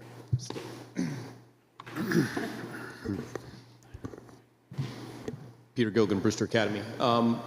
With the new plan for the egress out of keeping Academy Drive open, we would be open to it, but if we don't have to put speed bumps in, that would be our ask. Doug? And on the tithe and bond report, if all were, we've gone here, this is, I think, our fourth time up, and the only remaining issue that we saw was the egress. If could it be possible to get a contingent approval or a contingent vote on tithe and bond reports saying that we meet the stormwater regulations? We only got the report from your planner at 5 o'clock, so we don't have any time to do that, and we got our documents in at the time that we were requesting. So, Yes, you're right. Just to have to bring everybody up and do this whole thing again would be, it'd be nice if we could get that and then give that to you guys, just like we had with the fire department review. John, you have a comment? So on this plan, you have a future expansion to Estabrook. Could you speak to that? Do you want to clarify which plan you're looking at? For everybody? July 1st, it's your new plan. Yep. It goes through the middle of a building. It's the fire lane dotted. Right. So this plan is referring to as that's this fire access plan here. We were in talks with Chief Zadi regarding the kind of east-west fire access that he wanted to make sure that we maintained. That's just planned south of Estabrook. And so we were showing in there that there is, because to alleviate any sort of concerns about backing up the fire apparatus or needing additional turnarounds or things like that, that in the future that would be a connection all the way through to Estabrook that would allow for the fire equipment to be able to traverse more successfully. So we're just trying to show that there's a future kind of state of that will be an even better condition than what we're proposing today. So what's the future? Is it tomorrow? Is it next week? Or is it sure the next in 24 hours? Next or what? time would be future. It would be a next submission to the planning board for any future work. So it's not. So you've got it on this plan. So that's what I'm thinking. It's part of the stormwater. It's part of the impervious. It's part of this plan that you're submitting to us. No, the word future implies something beyond this submitted work. So can the fire engine get through that parking lot and around? If they're going down and then up the blue arrows, the one-way road, and getting through the parking lot, yes. And that's been reviewed with Chief Sadi. So the question that I have two actually. Why didn't you just create a entrance out onto Estabrook following that fire lane? An entrance onto, How come you just didn't make that the entrance out onto Estabrook instead of cutting through the parking lot? Right, so we looked at a couple different scenarios. We ran it by our contractor for pricing. This was the route that was best suited for our direction forward with the project and project budget. It's correct. Right. Well, I think he's saying like you go through the Estabrook this way, right? Yeah. Think Or are you saying going through the Arts Cottage now? Like, why wouldn't we take out the building? Or are you saying why wouldn't the traffic flow connect to Estabrook? Yeah, you're gonna do a future, and then you're gonna have a road. Mm-hmm. So I'm thinking that it's gonna be part of a eventual plan. So going through that parking lot's kind of convoluted. I honestly looked at it and said it's not even traffic flow. Well, it's correct me if I'm mistaken, but where it says future expansion to Estabrook, I assume that's solely for fire access, not for traffic. That's correct. Okay. But that's what I'm asking. Yeah, why okay. why isn't it why didn't you just make the road come out that way? The building is there now, the Arts Cottage. So we're not. But the building isn't going to be there because you already stated that it's going to be future. So John, I handled this one with Chief Zotti. We put that in there for fire access only, and now that we've changed the plan for fire access, it's no longer required. So it is only on the plan from the 1st, but not on the plans in the 8th that we submitted for this meeting. So we're looking at the wrong plan? You may be. The plan set that we have doesn't have it on there, correct? Or, for the fire access here. Yeah, it's just it's left over from the original fire access with Chief Zotti.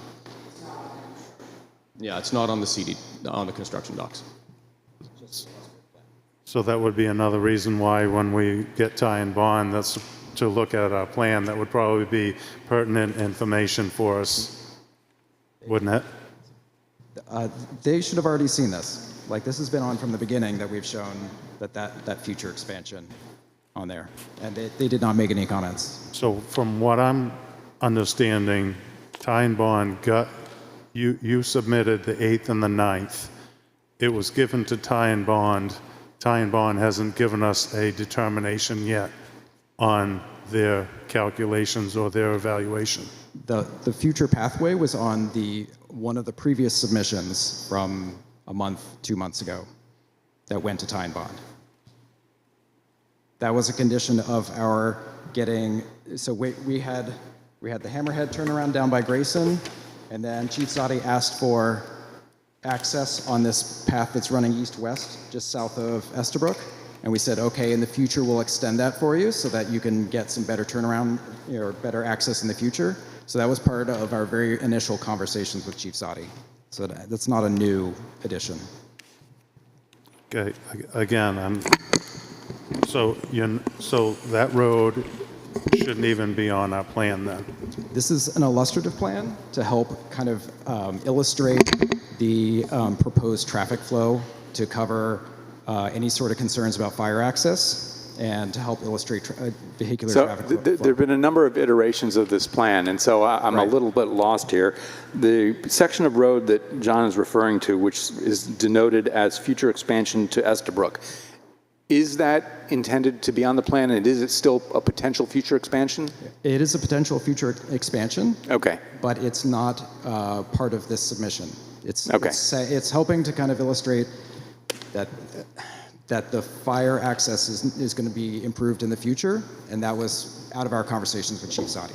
All right, well, I think that's a key point that while it says future expansion to Estabrook, it is not something that we're expected to consider tonight. It is not in the construction plans. It is just on the diagrammatic But sketch. they're submitting the plan that has that on it. I understand. So we have to says future consider, expansion. that's our job, to look at the plan, what they're submitting to us, and say, this is the area that they're submitting, whether or not it's for future or for now. Yeah, sure, right. But if we decide to approve this evening, we can make a condition of approval that this portion of it is not included in the approval. So this sounds like the hockey rink again. Okay? We're only doing it temporary, and then we're going to add to it, and then we're going to end up the way that the hockey rink is now, unfinished and undone. And it's like, we've been through this rodeo a couple different times with Brewster Academy, I'll be honest with you. We just want you to come clean and say, this is what our plans are, this is what we're proposing. And so we can figure out the determinations on the stormwater, the calculations, the cut across that came from the church, all that asphalt, that was never included in any previous calculations. Again, you keep on doing a certain area, and then you say, well, this other area isn't part of it, and then you just go ahead and you do it when you want to do it, and it's on this plan. You need to say it's going to be part of our plan. It's included in the calculations that we're going to give to tie and bond. That's the way I'm looking at it. Well, yeah, we could. It's purely illustrative for fire access. I don't know what else to to really clarify for you that it's a future, it's not part of this process. It's not part of the construction documents. It's not shown in any spot except for like in the future, this is kind of our intention is to provide better fire access per our conversations with Chief Sadi. Okay, so let's go back to Green Street. We made a motion last time that you would put a no through traffic sign on just past the Smith Center to keep flow going up Green Street, because actually Green Street has a sign that was installed by the town that says no through traffic. And in case anybody wants to wonder whether or not Green Street is a dangerous intersection, I was in the town manager's office talking about how dangerous Green Street was. I left to get a quart of milk, was heading home, and I got T-boned with a car coming out of Crescent Lake Avenue. He bounced off of me and took out 2 other cars. So in case there's any speculation that it's a dangerous intersection, I can speak to it. So again, we made a motion. It was approved by the board. It was added that the speed bumps would be put in there.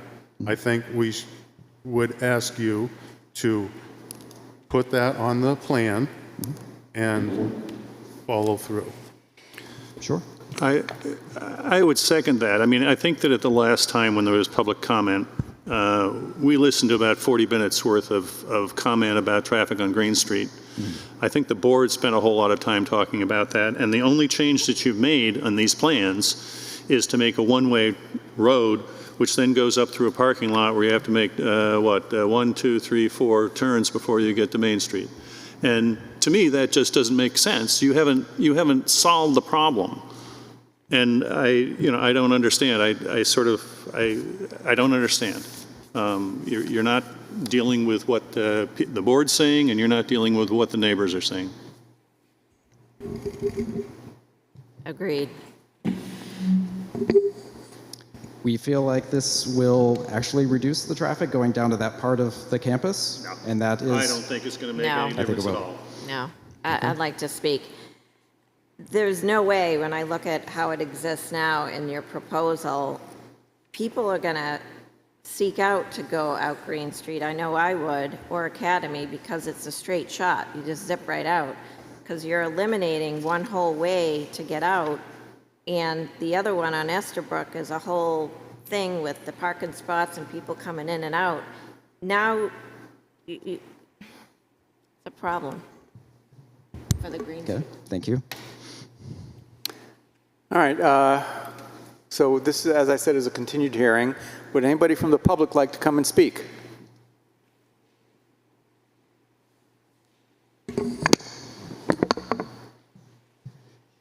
Peter Batchelder, 10 Green Street. I would like to, I didn't really get the understanding of the one-way street. Is there a way to flip that so I can see the one-way street? Andy, could you put that back to the main plan? Thank you. Thank you.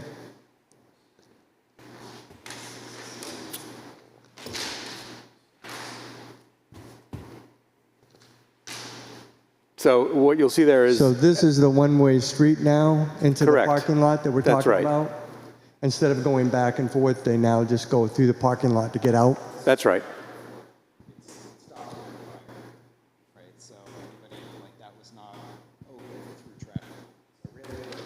If you could use the mic, thank you. Didn't mean to cut you off, I'm sorry. But prior to that, we had multiple entrances connected to Main Street. We're consolidating it to a single kind of access in and out from Main Street through Estherbrook by combining these two here. So there's only one way to get into that parking lot now, is that right? I'm sorry, from Main Street, that is. Right. Yes. Got it. Yes, you could go all the way around, but from Main Street, there's a single direct entrance to the parking lot. I would agree with a few people that spoke about that being a kind of a difficult thing to do the one-way into a parking lot. I like that they kept it so you can go through it. I mean, that's a good thing that they kept. You can have access to it, it looks like, through Academy Drive. So that can go up, but they can't come back down. So solves a little bit of the traffic issue.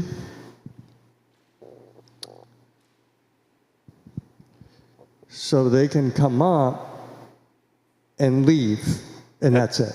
That's my understanding. Okay.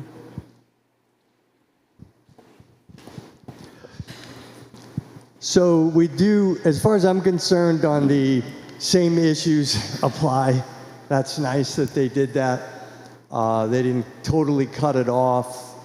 I do agree that that's going to be a nuisance, and they're just going to, there is a pinch factor down by the Smith Center. Right here is a problem. The road's real narrow. So that would help probably with some less traffic with people wanting to take that route. But that hasn't stopped anybody yet from using Green Street a lot. That little area where it pinches in, they still use Green Street a lot. And they still have access to Green Street and into the campus. So I don't really see that this plan is going to really reduce Green Street traffic, which was the goal. The goal to ask Brewster was to come up with a plan to reduce Green Street's traffic. It was their maintenance, it was buses. So when the buses come in to park here for Smith Center and all the activity that happens here, these big buses park right there. There's only one way to get out. They cannot back out. I've seen them try, and they get out, someone helps them or whatever, but the only way for them to get out is to go through Green Street.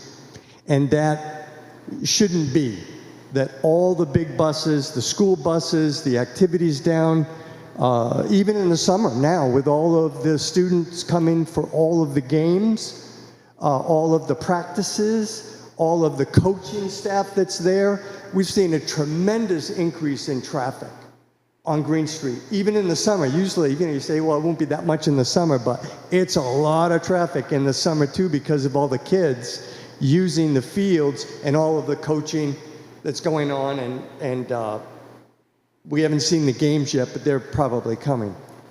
So I don't really think they solved the problem. I think that still Brewster's going to, by doing it, not accomplishing the goal, it's definitely going to lower the property values. It's still going to do that. It's still going to permanently damage the historic village character and charm of Green Street. It already has. We have, as far as I look at it, Green Street's almost dead. Green Street is almost dead because of what Brewster's doing to it. There's 3 owners left on Green Street. Just 3. That's it. The rest Brewster owns, pretty much. So I think it's up to you to help them solve this problem. Other than that, Green Street's dead. Take it off the books. Just remove it from the docks because they own the street. I don't want them to own a residential street. I don't. I don't. They got the doorman in the dead of night, and I only bring that up just because it's still irritating, but they got that doorman at the dead of night, and we fought it with a lawyer, and we lost because they incorporated into their master lot, and then they said it was grandfathered within 6 months. And we fought them on it, and we lost. And they put a dorm on Green Street. That was really the first nail, and maybe even the permanent nail, that really kind of wrecks the village rule character of Green Street. Any future development that Brewster has, which they've got plans to put another dorm at the end of Green Street, and they've got probably other plans, and they will expand. So it's really up to you guys to stop them from destroying Green Street. There's not much left of Green Street, really, honestly. When I bought it, as I told you before, it was a dead-end street. They had a chain across at the end. They didn't want us to go into Brewster at that point. They said, "No, we don't want you to use Brewster." So they put a chain across. And ever since then, we've fought them all the way till today. 25 years. 25 years I've been fighting them on every stupid thing that they do related to using Green Street, abusing Green Street. And I said, it's a residential street. You have no right to own this street. You have no right to abuse this street. You have no right to turn it from a dead-end street into a no-through street sign. You have no right to put a dorm on that street. You have absolutely no right to do that. But they do it anyways. And we are fed up. That street is basically dead. It's this far away from dying. It's this far away from dying.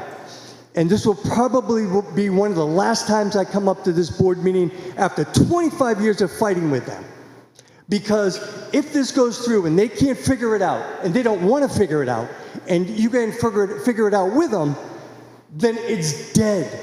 You won't see my face up here again, because we won't be able to stop them. They'll buy another house on Green Street, and it's over. It's over. Green Street is owned like Estabrook. I saw them destroy Estabrook once they bought the Catholic Church. That was a little nerve-wracking when they bought that, and they incorporated that into their master lot. I said, well, that's fine, that's cool. They did a lot of good things with that building. But now this is it. This is Green Street. This is not their street. It's not their street. It's your street. It's my street. They should have no right to this street and abuse it the way they're doing it. So, and again, the safety issue. Oh, I totally get the safety issue. It's a tremendous safety issue, the amount of traffic they're adding to that street. It is treacherous. Treacherous.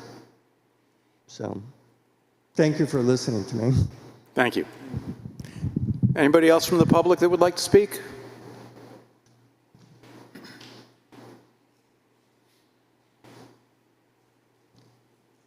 Hi, my name is Amy Hines. I live on 22 Green Street.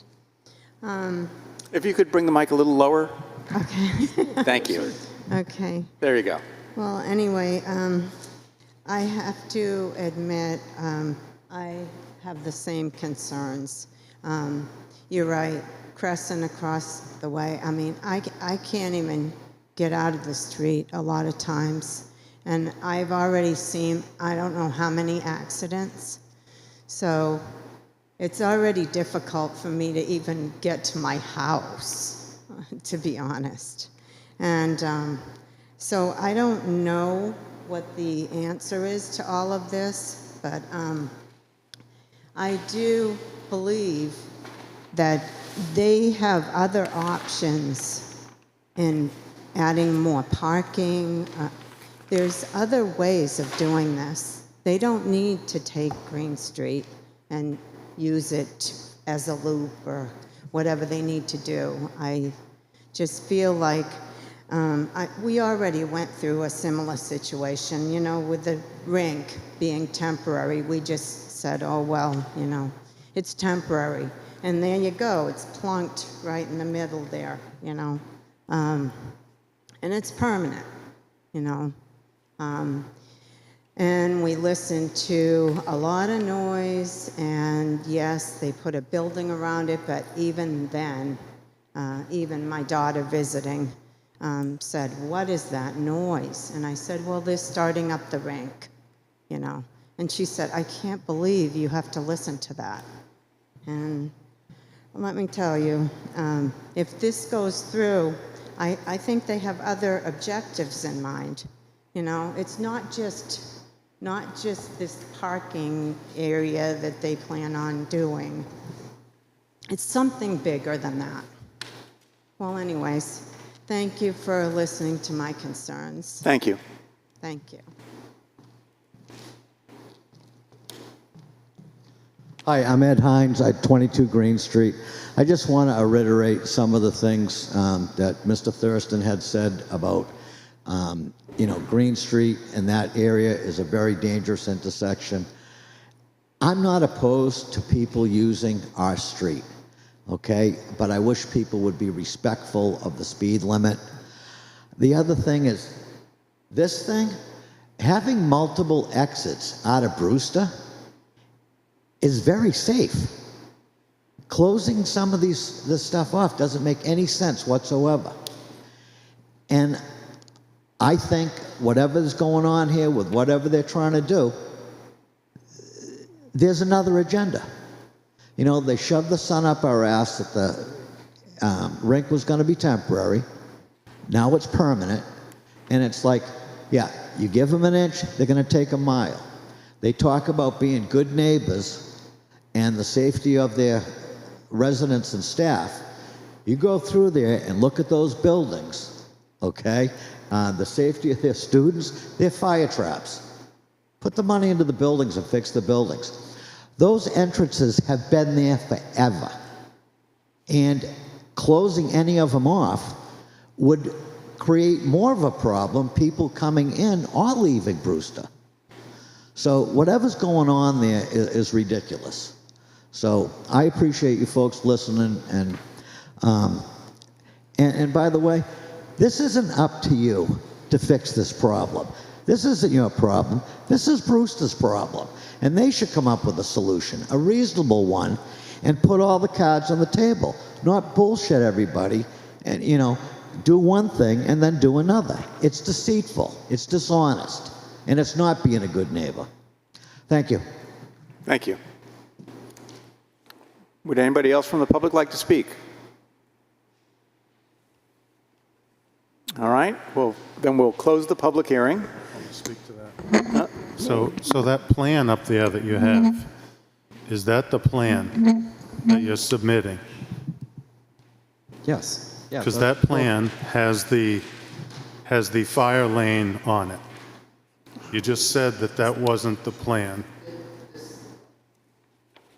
You just had the gentleman come up and you showed him the previous plan.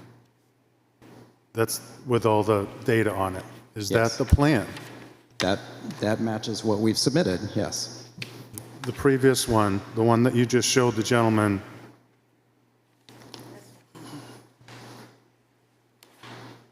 is that the plan?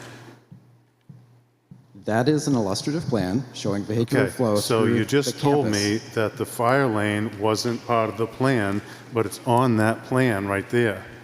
That's on the plan. So you just tried to tell me a minute ago that it wasn't part of the plan, but it is all part of the plan. It is not part of what is before us. I don't understand. I guess I don't understand your questions. You want it erased? Could you be a little bit more clear about which part you're in confusion about? It's on the plan as part of what we're looking at tonight. So the calculations for the stormwater and Ty and Bond are going to look at that plan as that is on the plan, and that's going to be evaluated for pervious surface. It should not be evaluated. Yeah, I would assume they're looking at the construction documents, John. If they want to build that, they're going to have to come back in at a later date. It's not what they're doing. And there's, at times, there's a benefit in showing something that may be proposed in the future, so you have a better idea of what may be coming down the road. Right. But we're not approving it tonight if we assume. As clear as possible and show you that this is the Should there be any case. question about that, we can include that as a condition of a potential approval to make sure that it is either included or excluded. Correct. Yeah, we're certainly happy if it's excluded. Yeah, it's not part. We're not proposing it as part of the construction documents. There's no calculations. It's all. You can see what the construction documents say, and that's what we're proposing, and that's what hopefully Ty and Bond is reviewing, and not an illustrative plan on fire access vehicular flow, unless you want them to review that as well. I have a traffic flow question. You now have this one-way road going up, and then it gets into a parking lot, and you have to turn right, and then you turn left, and you turn left, and then you get to Main Street. you're saying that this is going to reduce the traffic flow. In the plan which you had, or the way it is now, you can go up that road straight to Main Street, which ends up, to me, saying that there are going to be fewer people going that route, and so there's going to be more pressure on Green Street. No, I think that there's going to be an opportunity to get out of campus sooner than having to go all the way past Smith Center and go up Green Street. We're going to take Well, right now, you can go straight up. Well, what do you mean I straight believe up? it says the existing vehicular circulation, July 25, you can go from, between Barrett and the other building there, the field, and you can go straight to South Main Street. Through Green Street? And so now you're going to say it's one way, then you have to go through a parking lot to get out. There are going to be less people going on that way than there were before. It doesn't make sense to me. Than before when we had the road cut off. We're trying to open the road up, Academy Drive, compared to what we presented before, which was to cut off the road. And now we're saying, no, you can actually drive through and you can get out of campus where we had it cut off before. But you're not making an improvement in traffic flow from the existing traffic flow. Is that correct? The existing traffic flow is going to have more people going through that center area than in the proposed. So you're going to make more traffic on Green Street. I don't believe so. I don't believe your logic. Okay. I agree with you, Peter, wholeheartedly. There's no way. Right now you have 4 straight shots out. And in the proposed vehicular circulation, one of the ways on Estabrook becomes very wanky, and the other 2 ways straight shot, if it were me, I'd go out Green Street. You can zip right down. Or Academy, zip right down. You've lost a whole way out, and the way out on Estabrook now it's not a straight shot. There's no way, in my opinion, that it's not going to put a lot more stress on the Green Street traffic. So we're reducing the number of curb cuts on Main Street. We're also reducing the amount of traffic coming into the campus as well. So that we feel like consolidating that and providing a clear flow through campus is going to not have everybody go through all the way to Green Street. If we can direct them up this one-way path and out to Main Street again, bypassing Green Street. Andy, Makes sense to me at all. use the mic. Yeah. You just said you're going to reduce a curb cut. What does that say? You don't have an exit. Or an you're entrance. You're reducing an exit and We're focusing the traffic that's coming into campus and directing it to the parking lots that are available close to Main Street and trying to reduce the amount of traffic going all the way down through the campus and up through Green Street. You've still lost a whole way to get out a straight shot. And this straight shot is not a straight shot anymore because you have the whole business of people going around and around. So the only straight shots, instead of having 4, you've just got Green and Academy. So to me, there's no way this is not going to have a lot more people going down Green She's Street. considering, no, I understand that. I'm just telling you what she's doing. Doug? I also, I remember when you first started this, you talked about safety of the students on the Brewster campus.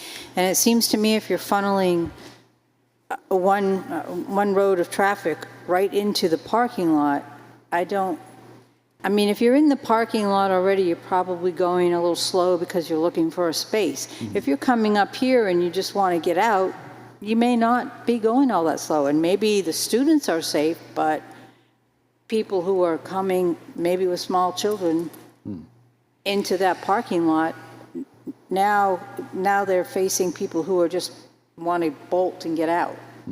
And I don't think that's improving safety maybe for the students, but not in general. Right. Okay.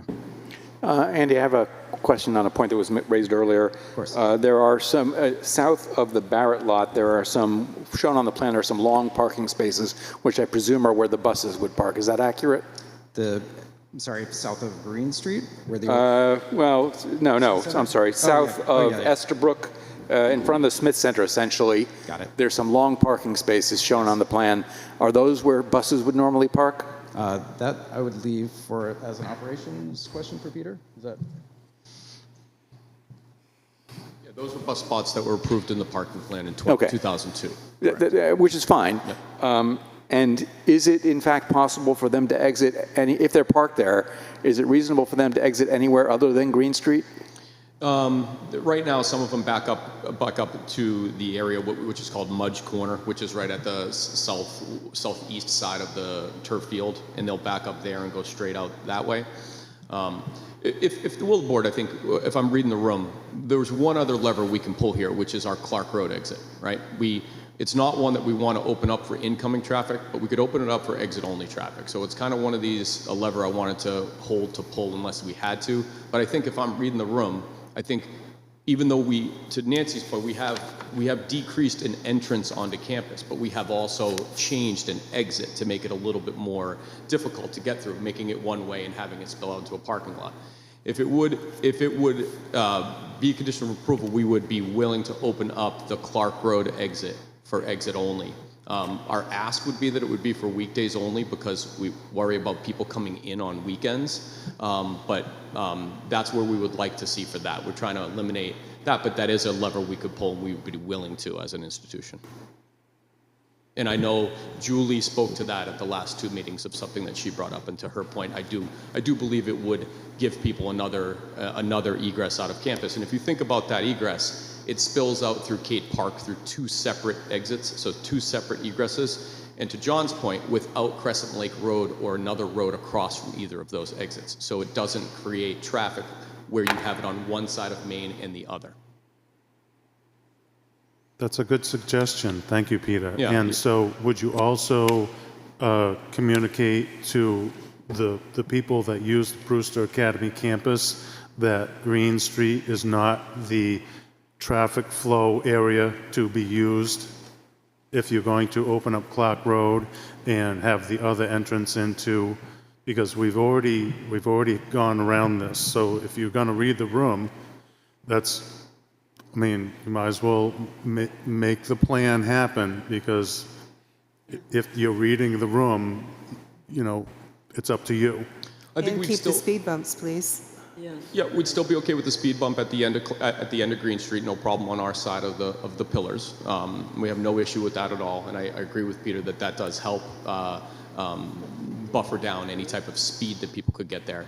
The only thing I would say, John, is with us having homes that we own on that street, and we wouldn't want to make it a condition that people have to, but we would put a recommendation out to our internal police and our internal staff to utilize other means of egress. Same way that we would with our gym members. We would still keep that same thing that was in the letter from the head of school, Christy Karen, that would say we would require all of our gym center members to exit via the main entrance, so they wouldn't be going via either Clark or Green.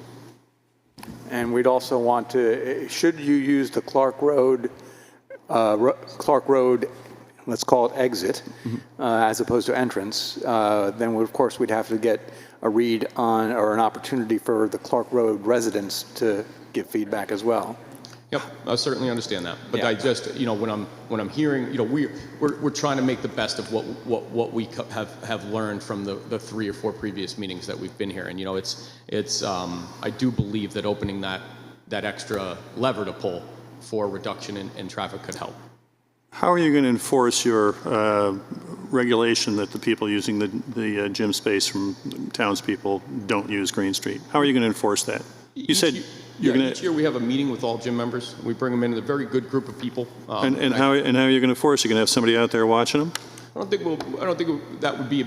We would have the ability to do that, but our head of security runs that program, and I think if we spoke to anyone that if I think the idea, Peter, would be say if we found you going out the wrong exit, it would be a termination of your gym membership. I think that would be the only sort of lever, any type of thing we could hold over.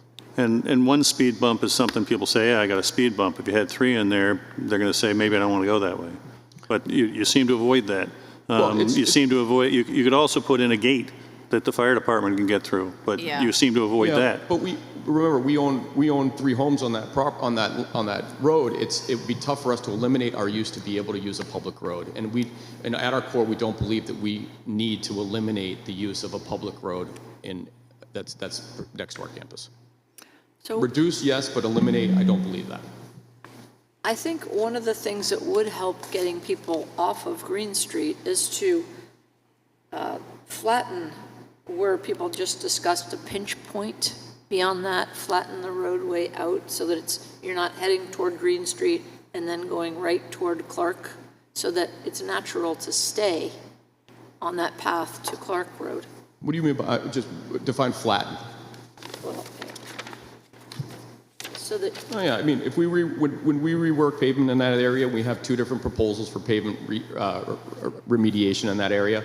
We could look at, and actually I can recall that when we did the plans for that, it does soften that corner so that it's more of a gradual instead of a corner. so you'd make the obvious choice, go the easy way and head toward Clark. Yeah, I could say we could do that, but I would have a hard time making it as a condition of this plan because I don't have a construction set for that area right now. I could say that when we upgrade that area, we could do it, but it's hard for me to then change an entire scope of the project to include a different area of campus. So my question is, you're going to open up the end of Clark Road. Yeah. The way that that corner is right now, are the buses going to be able to make that turn? And can the buses also make the turn out of Clark Road? We looked at it I believe we looked at it, and that turn is makeable by a the large fire truck. So I think it would in turn be available for any type of size of bus. I'd make a request for the Green Street residents to consider whether the current plan as we're considering it today and the potential future plan with Clark Road, if while it doesn't completely eliminate traffic on Green Street, I'd wonder whether they would consider that an improvement over the current conditions. Yeah, you know, the way we look at it, we're eliminating an entrance, right? Creating an exit and creating an extra exit. I think, you know, as far as traffic reduction, remember that this plan isn't bringing any additional traffic to campus than is there right now, right? So traffic is not increased in any function with this plan. We're going to have the same amount of people that come, and Molly the trolley is going to come by the same amount of times. The people that come by to look at the lake, our student body is the same size. So it would eliminate an entrance and add an exit. In our eyes, in our mind, that is doing what we can the best to help out the residents of Green Street to understand the most we can do, opening up an extra exit and eliminating an entrance, and then putting speed bumps at the Green Street side, I think is a very fair middle ground considering how many times we've been up here and all the things that we've been through. I think it is a pretty good spot to land at. And the no-through traffic sign. Yep, and the no-through traffic sign is, we didn't have any issue with that at the motion before, so. I have a question. Has anybody brought up having like a gate that, you know, only authorized people can get up Green Street, so that, you know, you wouldn't even have to say to the people at the gym, just say you can't get through. You need a Card access or something. card like access. Because I think if I lived on Green Street, that would make me very happy, knowing that only authorized people, you know, the thought of a bus going up and down Green or Clark, I don't, and has anyone ever brought up having buses go down Academy? They do right now, Nancy. They go down Academy every day, you know, so we have buses that come up there and exit out of the city. It's easy. Only go down Academy, not Green. You know, again, it's a public road, so for us to say only, I think it's difficult, you know. Putting a gate at the end is an inhibitor to just the way that traffic flows on campus, and it's not something that we want to do right now. So that would be my answer to that question.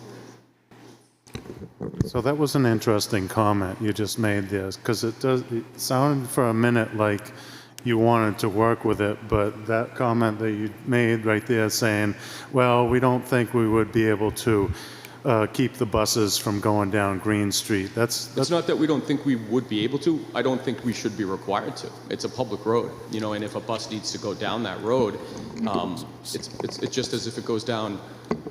So in 2002, the Green Street residents petitioned the select board. That's why that sign on the right-hand side of the road, 50 feet in, says no through traffic. We understand that you have residents that are there, but it was the group. They went to the town. They got approval. The town listened to them and said, we agree with you. We're going to install a sign that says no through traffic. And if you read through the town attorney's response, the town attorney's response was to say, you should not restrict Brewster's ability to traffic on this road. You will have to pay them for anything that you change, and we could go, and it would be a pretty. So I agree with you. I think the sign is an important thing to have. But I don't think a gate or restricting or telling us that we can't use a particular type of vehicle down a public road is reasonable. I believe all the other interventions we're making is sort of middle of the road. That seems to be more extreme in my eyes, in our eyes. I mean, it's a public road. I can drive up and down that all day long, and unless Brewster arrests me for trespassing when they get to their property, nothing could stop me. Yeah. Exactly. It's a public road, and it's. I understand, and that's why we're trying to do our best to make it as good as possible. Remember, at the core of this, it's a parking lot change, right? And our parking lot change does not increase traffic on Brewster Academy. It hasn't, there's no traffic increase over the last. I can't imagine. It's the same traffic that we've always had. The same amount of people coming to campus, the same amount of things. And I think this plan does reduce the impact that the prior plan would have had on Green Street. And I'm not sure there's any legal basis for us to deny this. Yeah, and I believe that's what the attorney for the town said back in 2002. What they said was we can't limit somebody from gaining access to their property. But that's not really what we're talking about.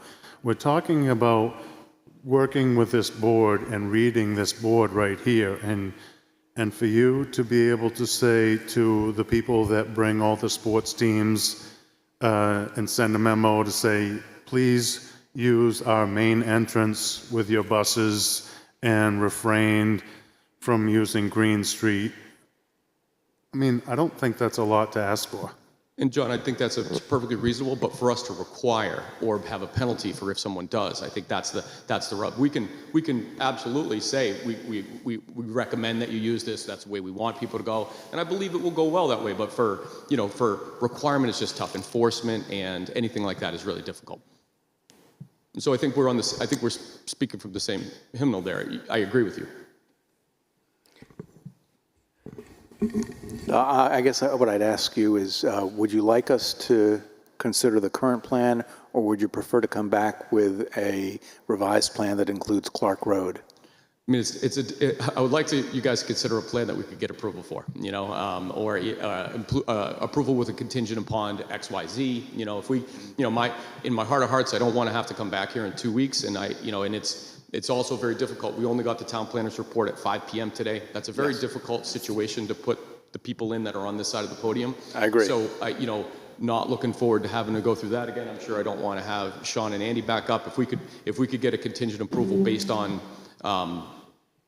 the speed bumps that Peter was looking for, the recommendation to limit traffic down Green Street, and the open up of exit only. Again, I would request weekdays, just because with weekends there isn't a lot of traffic there, and we would be for our use only on that side. It would just allow us to be able to close the gate if we have a lot of people coming in there. Reason for that is during COVID, when we opened up the Clark Road exit, we had a lot of people that decided it was easier to get to Pickering Corner by going through our campus. So we had to police that, and that's why we had to close it down again. So Doug, we're not going to be able to make a determination if we're going to consider using Clark Road, and if the Clark Road residents haven't come in front of us to say that's right.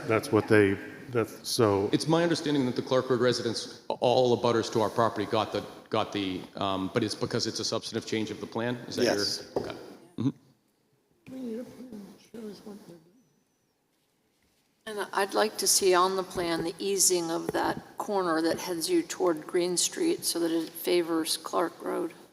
I think that's tough to do, Vaughn, because we'd have to then, we're not planning on doing construction in this area right now. I think we could address that in a later construction, but I don't know how we could address that now because we're not doing construction in that area. So that means you couldn't put any speed bumps in there because you're not going to do any construction? I mean, speed bumps are a lot less expensive to put in than a change to elevation. And I would say the 3 speed bumps would be sufficient. They would also end up preventing the people in Clark Road using your campus to get to Pickering Corner. Mm-hmm. So that ends up being, it's a passive deterrent. Agreed.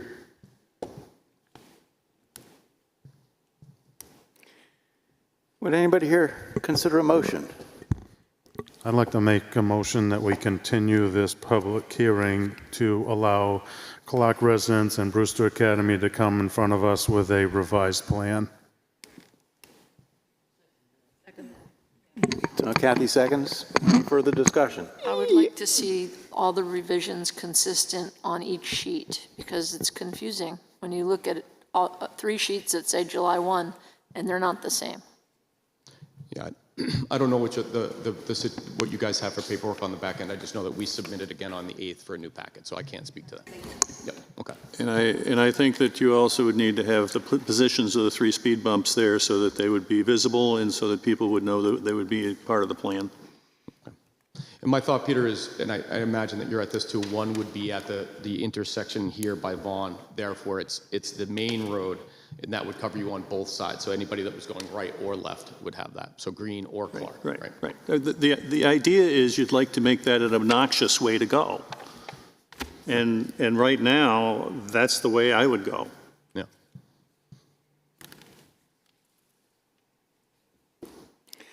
Any further discussion on the motion? We would need something showing the access onto Clark Road. Yep. Yeah. And we just Would you be using what exists, or? Yeah, what we would, there was already a large enough space there, it's enough for two-way travel. What we would probably do is try to restrict it so that it was single, so put something up to make it a little, to restrict the width a little so it was single traffic only. And I think you're going to have to do construction on that corner, what Vaughn is saying, in order to get this plan approved. I think it's going to have to be part of that plan. We'll show just like we did on all the different ones for where we have for fire, we'll put that in the computer model and see what we can come up with. Because that road is all broken up down there, and it's a very narrow road, just like you say. It's just, I mean. Well, if it's only going to be used as an exit, then the narrow road may not be a problem. No, but I'm just saying, if they go to improve it, they'll at least improve the conditions of the road. But there again, I mean, it's going to have to be evaluated by our engineer, Ty and Bond.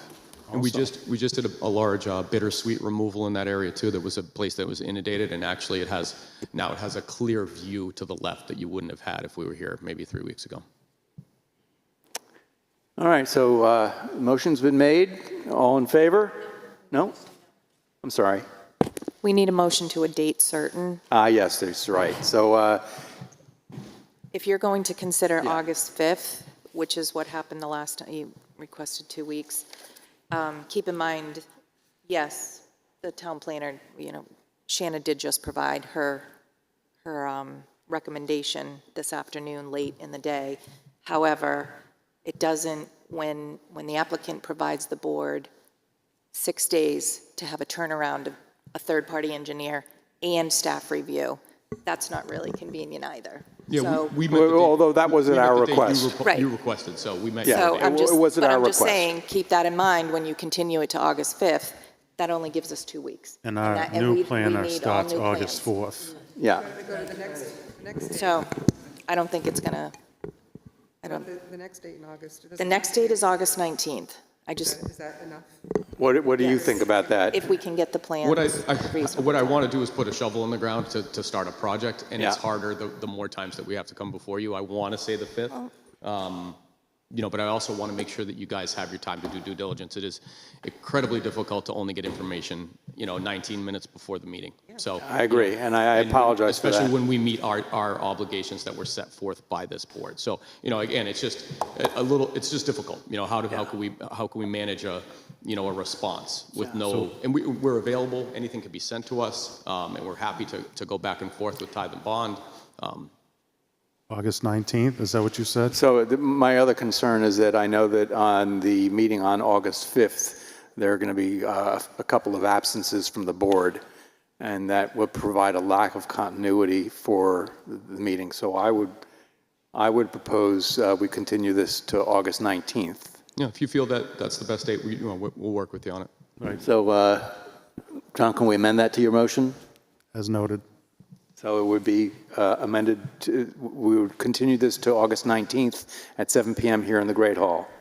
One quick question, is the submission date, you're saying that the submission dates for materials was not soon enough, I guess, for this meeting, even though that was the date that was suggested to get everything in by, for the 19th, do you have that date when you would want to have everything submitted by? I think one of the main issues we had was trying to get a timely response from our third-party engineer. Correct. And I guess, Leanne, do you know, can you give me a guess as to how quickly they might turn around things?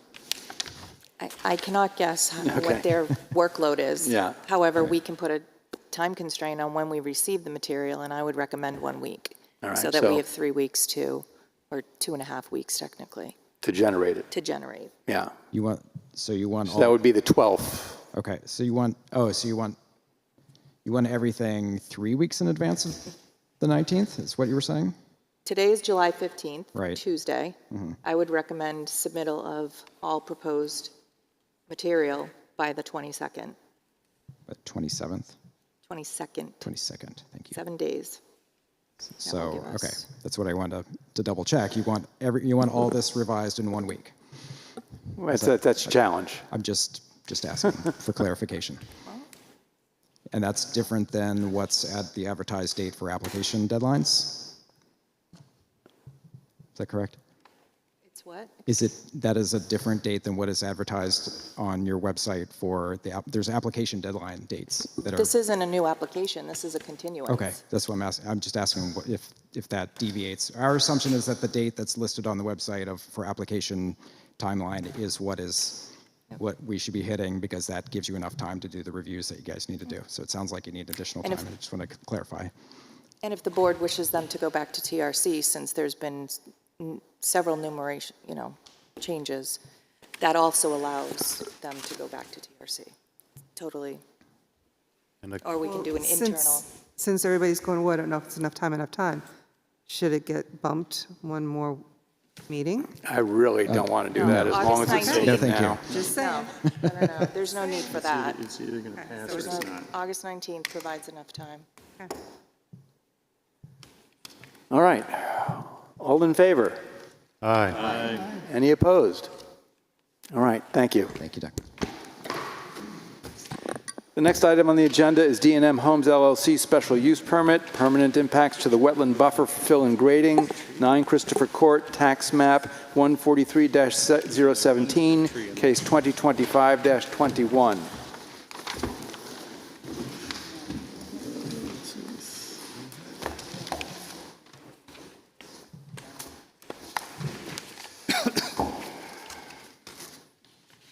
Pickleball center. Pickleball club. Peter, would you like to begin? Yes, Peter Cooperdock here, Fernstone Associates. Peter, if you could raise that microphone a little bit. Great, thank you. Okay, yes, representing for D&M Homes. Back again. This is to address the concerns about some of the alterations that happened during the construction process on the site. The area of wetland buffer adjacent to the building zone there, which was disturbed. The request is to maintain a good portion of the disturbance with certain modifications. Plan was submitted. The Conservation Commission came out, had a meeting on site, and the alterations were made to the originally submitted plan, which included a grading reduction of the site to be a consistent grade from approximately the bulkhead down to the garage area, eliminating the plateau that was put where the deck is going. That instituted the request for an additional step on the approved steps from last time, coming off the approved deck. Because of the grade, approximately a foot of grade will be scraped, careful terminology here, to make that, to prevent the area from being too disturbed. The Conservation Commission also stated that the southerly proposed arborvitae extension weren't needed, didn't have any purpose, but the northern set were considered to be an important addition to the plan. So the southerly group of proposed arborvitae has been removed from this plan. A infiltration trench has been proposed of 120-foot length on the house side of the arborvitae, extending to the south, with a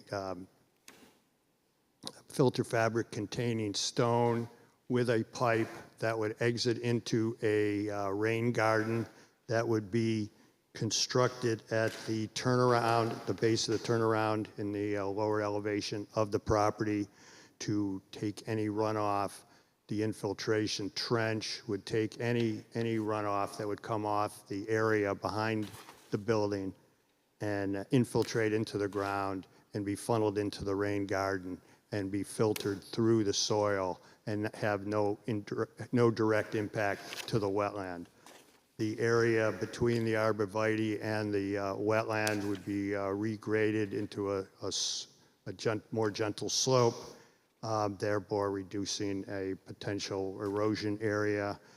Silt fences along that area, along the wetland boundary, have been proposed. They've actually been installed, as those who went there today would have noted, to prevent, because of the impending thunderstorm last night, the owner decided it was a good idea to just jump on that and get that taken care of, and I do agree that was a good idea to do.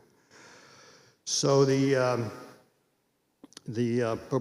and also there is a small area, the turnaround, that 47 square feet is actually in the wetland buffer area, 25-foot zone. Now, driveways are excluded, but there's some different interpretations on what exactly that means. So it's been included in the plan for clarification that that area is being requested to be maintained 47 square feet. And the hatching that I have on the plan caused some confusion on site.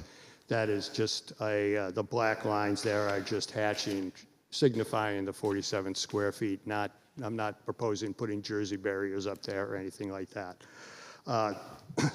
So there was some discussion on the site this afternoon about the infiltration trench.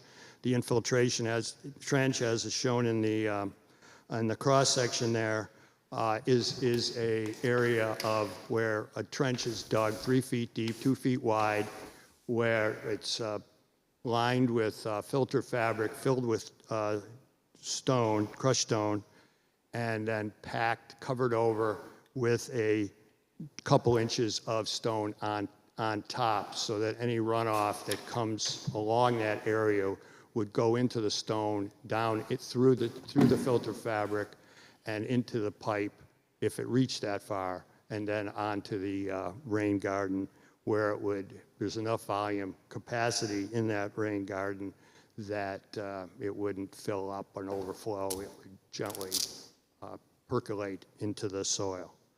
So I think there is also a row of boulders that have been placed around the turnaround area. They would be, they're part of the request to be maintained as is. There was a series of other boulders that are in the area where the proposed arborvitae are going, that there was some question about whether they needed to be removed or should just remain there. We're certainly open to the idea of keeping them there.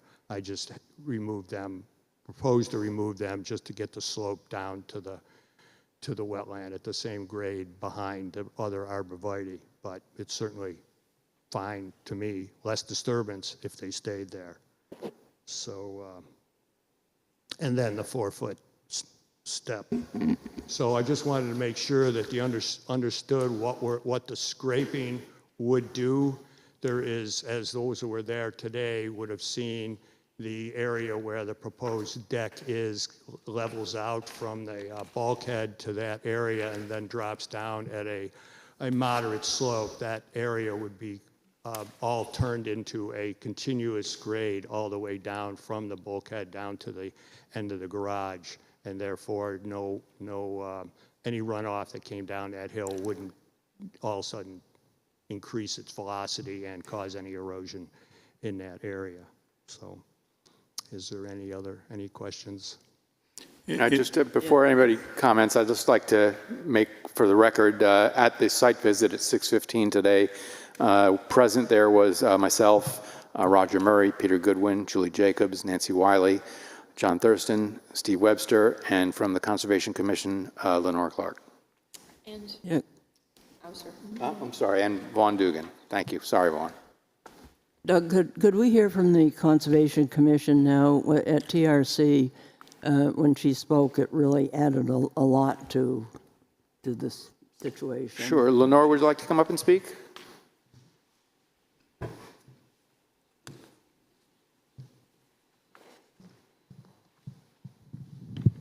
Hi, Lenore Clark, Conservation Commission.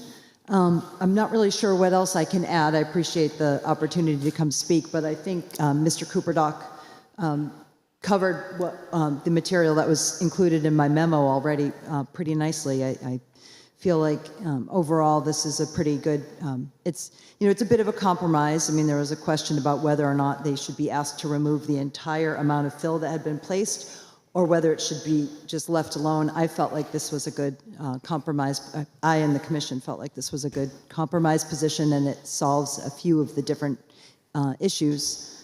But I'm not really sure if I can really add anything. Is there any specific questions anyone has of the commission that I could answer? In my opinion, there are 3 boulders which are toward the wetland near where the driveway comes in. And there was the question Peter asked of whether those should be removed or not. In my opinion, if they stay there, there's going to be less disturbance, and it probably is a better thing to leave those 3 boulders there. Yeah, I'm not an engineer, but that was my instinct as well. So I think you all know Dan Coons is our certified wetland scientist, is the vice chair of the Conservation Commission, and in his words, the damage has already been done. And then when you go in and rip things out, sometimes that causes unintended damage as well. So I don't see a problem leaving them in at this point. I think those boulders should be left because you're going to then have to fill with new fill, and the soil is already settling and thinking it wants to be there. Yep, agreed. Thank you. Lenore, I'd like to thank you for your attendance here and your patience in sitting through the previous hearings to attend this hearing. So No problem. That. It was a good chance to get rid of some old emails. So.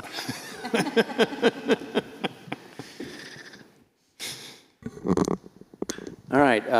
So any questions? Yes. I have a question. So now we're going to have a slope in the back now. How is the step going to come off the deck? Are we going to come off at an angle? Well, they'll have to dig it partly into the slope, flatten a little bit at the base. Yeah, that's what. And they're still going to builders exit towards the swamp still. It's going to exit toward the yeah. It's just added one step in the same direction that the rest of it's going in. Yep.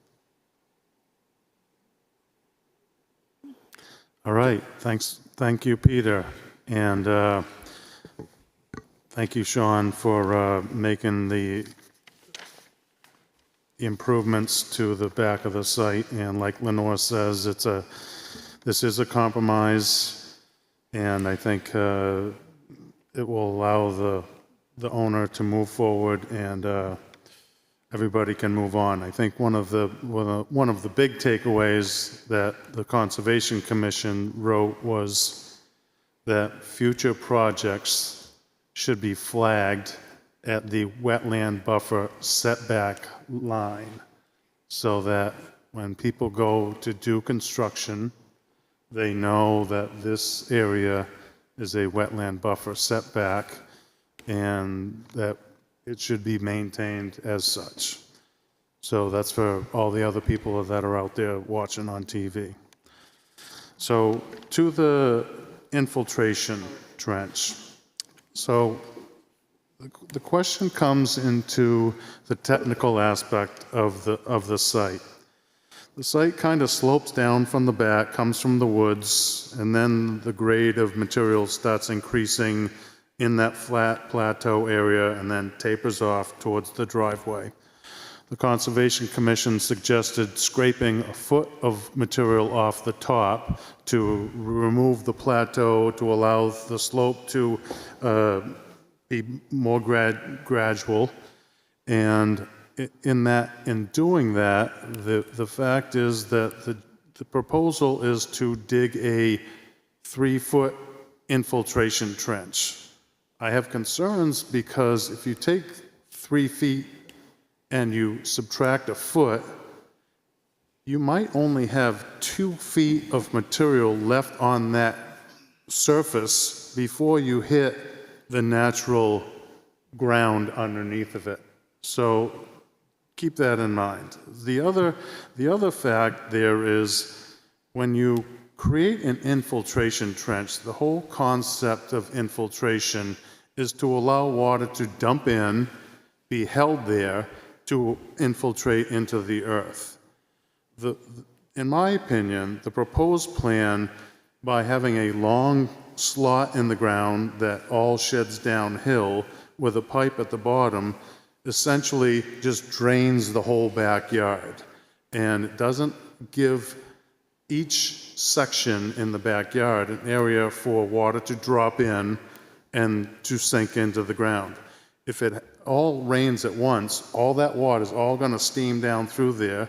Yes, it's going in the rain garden, but again, a lot of that water could be dissipated into the earth in that 120-foot section in different lock sections. So what I'm going to propose is that the pipe not be placed in the ditch. It will save the homeowner money because what should be proposed is 20-foot sections, 3 feet wide, just replacing the depth with going wider, 2 feet deep, filled with washed stone, lined on the sides with filter fabric, and at the 20-foot section, you leave a foot-wide soil bank, 18 inches tall, and do that 6 times down, or the soil berm is included in the 20-foot section because the total distance is 120 feet. So that basically what you'll be doing is you'll be trapping the water in a section, allowing that water to dissipate into the earth. Then another section will allow that water to trap, and individually these areas will infiltrate the water.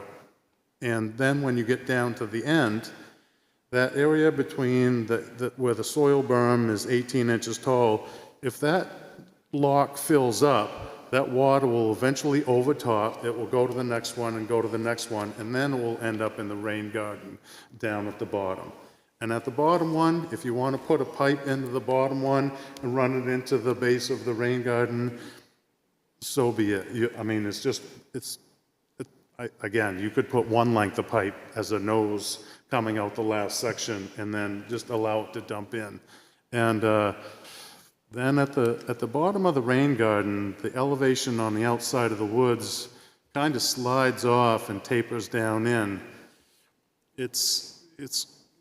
You may end up having to build that berm up on the back side of that a little bit because you won't have it drops right off. So if your spec sheet calls for 18 inches of stone, 6, and then another 18 inches of media mix, and a 6-inch meniscus in your ditch, that's 3 foot 6 inches, and it looks like that's not achievable from the site visit. So, you're going to have to, and if you berm that up around the outside rim, that will trap that water and keep it in the rain garden that comes off the top, and when the guy plows and pushes the snow in there and it melts, and that will keep that in there so that it doesn't end up on the neighbor's property, which is right there on the edge of those boulders that Peter is making a great suggestion to maintain.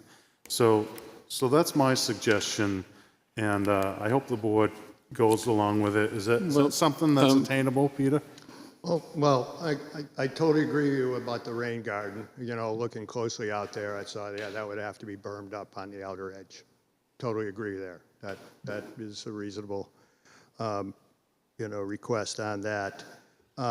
I don't, I understand what you're trying to describe with the infiltration trench. I'm not sure how practical it is to actually try to build something with an 18-inch gap in there.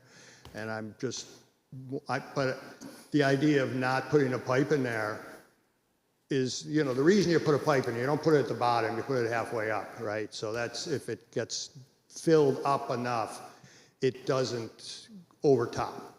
That's the way to get any excess water out of there. It wouldn't be all the way to the bottom. It just doesn't seem like a practical way that you'd be able to build it that way. So I do drainage. I've been doing it for 45 years. Okay. So if you start at the top and you dig down, and then when you get to the certain section, you stop, you leave the soil, you move down a little bit, and then you start digging again, then you stop, move down again, and so it's not very difficult. If the soil's already there, you're just digging, stopping, moving down a little bit, and continue on, and bring your equipment up there and dump the wash stone in there, and away you go. If that's what the board would like, then how would you like me to illustrate that? We could certainly, I would hate to have to go through another meeting with another plan. I don't believe so. Like the last time. So bring is the new top plans. is the top of the stone trench, I'm going to call it, 3 feet wide? 2 feet wide, 2 feet wide? 3 feet deep. Well, on the And just current, stone. on the current plan, it's 2 feet wide and 3 feet deep. Correct. And just stone on the top? Stone on top. Yeah. Okay. Yeah. So I just got rid of mine like that. I have one of these with the pipe that continually runs all day long every day. Yeah. But I finally, after 15 years, got rid of this stone. Well, there's Because some. it's like there all the time, nothing grows, you can't do anything. So what we did is we took out some of the stone and, covered it with fabric, put grass back on top. Because that open stone bit is just. That is, that is an option. That is one of the designs that's available for these infiltration trenches, to put a 6 inches of loam on top and plant shrubs on top, Where is all this water supposed to be coming from that we're stuffing in this huge trench? Well, it was right there. It was obvious. It was clear and obvious that there was water that came from the high side, the slope from the house, this off the roof. I mean, there was a giant. This is a 3 foot deep trench, though, 2 feet wide. So if you listen to what I said, I'm going to recommend it be 3 feet wide and 2 feet deep, because again, by the time you take a foot off the top, you will not have enough material left on the earth. You'll start going down into the natural grade that was filled. Yeah, the other point, Julie, I think, is that this is not purely stormwater control. It's also a means to prevent the water from going into the wetland, to protect the wetland. So it's not necessarily just the volume of water. My trench thing, I have a vernal pond up in the back and it comes down the hill, so it's kind of alleviating the problem somewhat. Here we've got a house, so you've got the water coming off the roof when it rains and off the lawn that was a little bit higher up. But I'm just wondering if this is kind of like a lot of stone for not that much water. That's just my thought. So the more pore space and the larger the area is, the better that you can guarantee you've got an opening for water to infiltrate into the earth. If you loam that over and you put a one spot, you are going to now miss catching the water. Surface water. All of the water that's going to come in contact with this diversion area. Because that's what it is. It's diverting water into the ground rather than allowing it to overtop and go into the wetland. One of the questions I have with your particular system is that if the water is going to infiltrate into these segments of trench separated by 18 inches, it may even be that the rain garden at the bottom isn't needed because no water is going to be trapped in there. I think that the way that the design of this was that you'd end up having a trench. If the trench filled up 1.5 feet deep with water, which means that most storms would end up having infiltration of that water going down without going through the pipe. But if it gets above that level, then the water is going to be taken down to the rain garden. So that ends up being, it's a different system than what you're designing or what you're talking about. But it is, I think that the way that it is designed here with a pipe not at the bottom, the pipe is up higher, it's going to do the same thing in many ways as what you did. And if you don't have any pipe there, once that fills up, all of a sudden now you have a flood going down and now you have water going on the surface down through. So the idea is the same as his plan. It's and like the rain garden. Before you get to the top, it has a 6-inch meniscus. It still has a belly in the top to allow the water to drop into, and then when that ditch fills up, it still follows that path of stone all the way down. And I think, John, the difference is that in your proposal, the overtopping would go on the surface as opposed to through the pipe. Is that right? It would follow in the stone area. Yeah. But again, when you have that solid soil area and you only make it 18 inches, when that lock fills up, it goes over the top of that, drops into the next one, and then continues to go on. But the next one would be filling at about the same rate as the first one. But so therefore the water is just, once it gets to a level, it's just going to start flowing. And if there's a pipe in there, when it gets to that level, then it takes it directly to the rain garden. What he's really talking about is a series of weirs. Yes, I know. Yeah. I know what he's talking about. Just slow it down. I agree with John. Well, I think the question is, this is the application before us. And if we think it won't work, we can deny it. But this is what is before us. And John's presented an alternative. But that's not what's been submitted to us.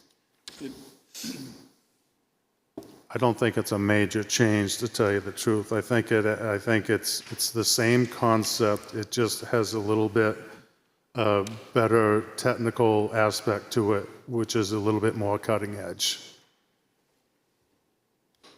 Does the applicant want to consider proceeding with what John's proposing? I guess I would have to ask.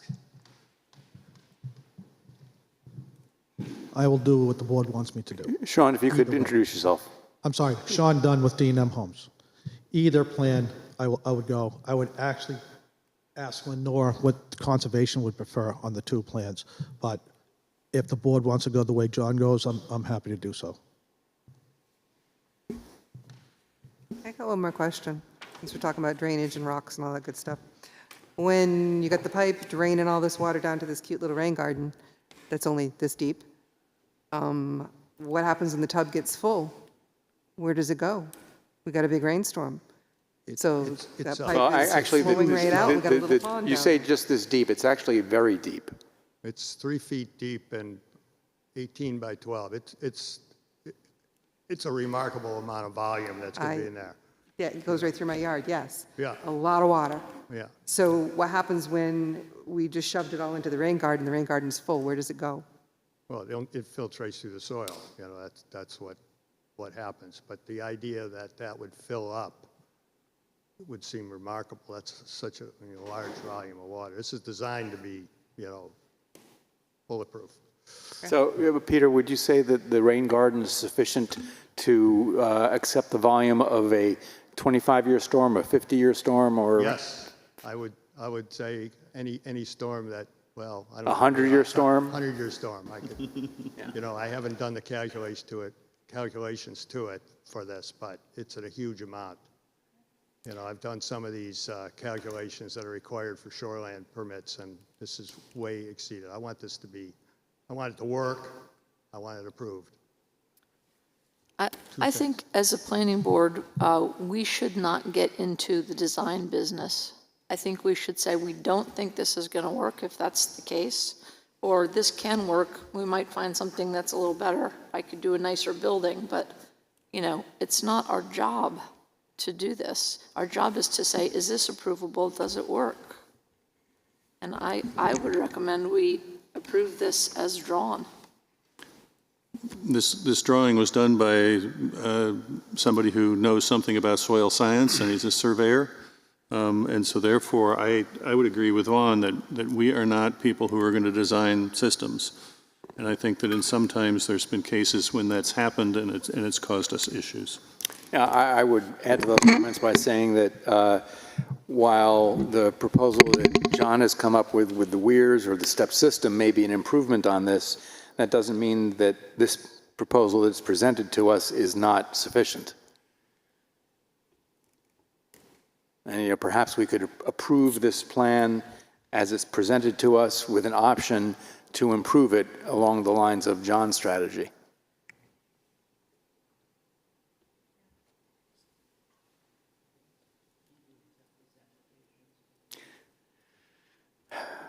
So if that's a, thank you. So it is. It is. So I'll make a motion to accept this application as complete. I'll second. All in favor? Aye. Any opposed? None? All right. Is there any member of the public that would like to speak to this application? Hearing none, we'll close the public hearing. Is there any further discussion? Hearing none, I will make a motion to approve the application as presented with the following conditions. That the plan 1 as presented be incorporated into the approval, that the applicant shall comply with pre-construction siltation and erosion control measures and the construction sequence as shown on the plan, as well as any further erosion control as required by the board or by staff. The applicant shall see the area, the impacted area, with New England Conservation Wildlife Mix from New England Wetland Plants Incorporated as recommended by the Wolfeboro Conservation Commission or an equivalent mix. The Conservation Commission noted that the excavation has an impact of its own and is a known cause of spreading invasive material and seeding new infestations, and the applicant shall amend the plan to reflect the removal of 1 foot of fill by scraping rather than by using an excavator, which we've discussed previously. Additionally, the arborvitae shrubs towards the top of the slope were planted slightly below grade. Scraping off the top foot of material would reduce the amount of fill while also leveling the grade immediately around the shrubs, likely increasing shrub survival success. Although the application proposes doubling the number of arborvitae shrubs, the Conservation Commission did not feel the additional shrubs would accomplish anything at the top slope, the southern end. The applicant shall amend the plan to reflect 6 additional arborvitae shrubs at the lower northern end near the proposed rain garden to help further intercepting rainwater as recommended by the Wolfeboro Conservation Commission. An inspection by the town shall be required of siltation devices prior to construction. For final drawings, each individual sheet in every set of drawings must include a certified wetland scientist stamp and LLS stamp. A final version of the narrative letter shall include a certified wetland scientist stamp. The application shall submit 2 sets of 17 by 20. 22 by 34. 2 sets of 22 by 34 black line approved drawings, 1 11 by 17 final approved plan drawings, and 1 electronic version in PDF format. The applicant shall be responsible for the payment of all recording fees. All the documentation submitted in the application package by the applicant and any requirements imposed by other agencies are part of this approval unless otherwise updated, revised, clarified in some manner, or superseded in full or in part. In the case of conflicting information between documents, the most recent documentation and this notice shall generally be determining.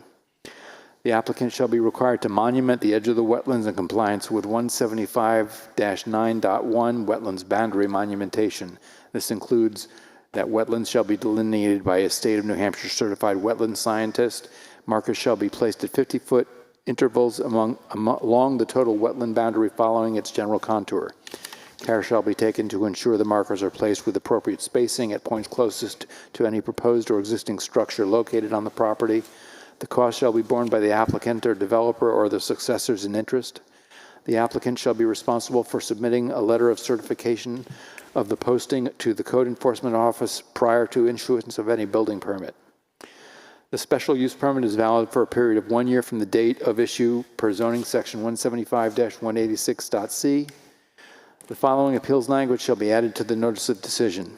Pursuant to RSA 677:15, an aggrieved party may appeal this decision to the Carroll County Superior Court within 30 days of the date of the board voted to approve or disapprove this application, or to the ZBA pursuant to RSA 676:5 Roman numeral 3 within 30 days of the date of the board made its decision. What else? Would you like to propose something addition? How to phrase it? I mean, again, it's not an infiltration ditch. It's a drainage ditch that you're just draining the earth. I mean, it's not an infiltration ditch. My understanding of the way it's been described is that essentially the lower half of it could be considered an infiltration ditch below the level of the pipe. But in any case, that's the motion that I've made. So Do we have a second? We have a second on that motion. Do we have a second? Seconded. We have a second. We have a second. Any further discussion? John, go ahead. I'm not going to approve this. This isn't the best system. This is a drainage ditch. It's not an infiltration ditch. I mean, I can't believe that somebody that's been doing it for 40 years can make a suggestion and the board can not even consider making an adjustment. We do it all the time with other things. But you vote how you vote. Mm-hmm. Again, the water's just going to get drained out. You're going to take all the water, you're going to send it to the rain garden, and then, like Julie says, when the rain garden fills up, if you think of the total distance is greater than the volume of the rain garden. So that's what's going to happen. You have more over here than over here. So when that all comes down the hill and starts going in from the ground, you're taking all that water and you're going to give it to the neighbor. It's just what's going to happen. I built one down on Sable Gallery down there. When the water builds up in the ground, the rain garden fills up and it overtops. So I understand your concern. I appreciate it. Your proposal may be the best practice. That doesn't mean that this isn't an acceptable one. And I'll give you an opportunity to add a condition to my motion if you'd like.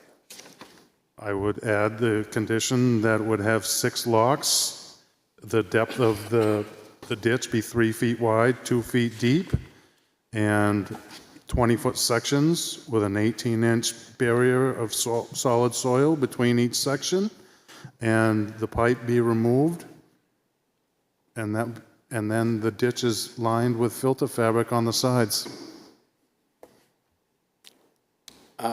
I don't think I want to incorporate that into my motion. I would suggest that we could approve my motion as I've read it, and that gives the opportunity for the applicant to come back with an amended application if he chooses to follow your recommendation.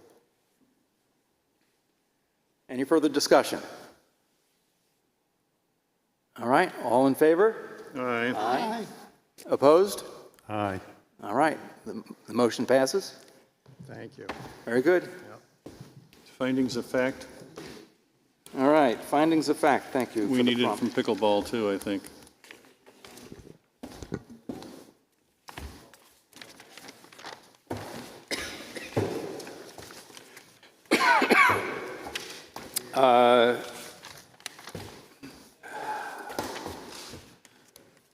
For findings of fact, I'm terrible at this. I find that Kathy. Which one are you doing? this is for the one we just approved. It's. I should write this out beforehand. that the applicant has improved the application and the proposal since the last time we saw it and made a decided effort to control runoff. And it conforms with what the Conservation Commission recommended? Yes, The prior application wasn't for this, though, so this is not improving a prior application. no, but it is improving over the previous conditions. And thank you, Leanne, it's also addressing the notice of violation that the applicant had received. Did it conform, you have it conforming to the recommendation of the Conservation Commission? Yes. I think that'll do it for findings of fact. And pickleball? We didn't do that. No, we did not. We did not. There's a reason we made you chair. I'm sorry? There's a reason why we made you chair. Yes, thank you for that, Roger. For the pickleball, I would say that it's a productive use of the land.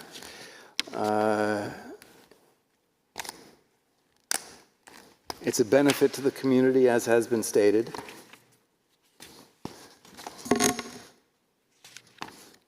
It reduces an increase of traffic issues on 109.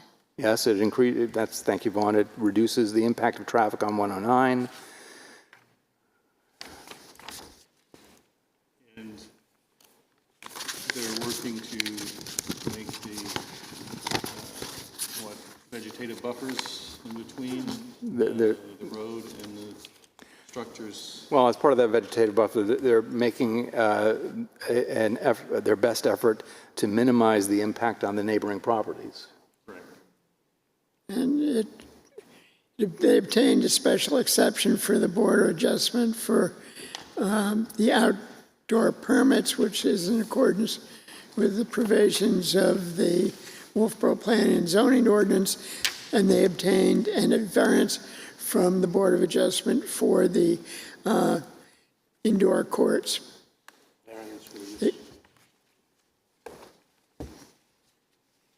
All right. I don't think there's any other business. There's no public here for comment. We'll go on to approval of minutes, June 17th, draft minutes. Does anybody have any edits or comments on the minutes? I have nothing. Well, compliments to the... I know, I've had to reread them multiple times. Very good. So I'll make a motion to approve the draft minutes as presented. So moved. All in favor? Aye. Any opposed? None? All right. Then approval of minutes for July 1st, 2025. I think it was actually 7:04 with 30 seconds more.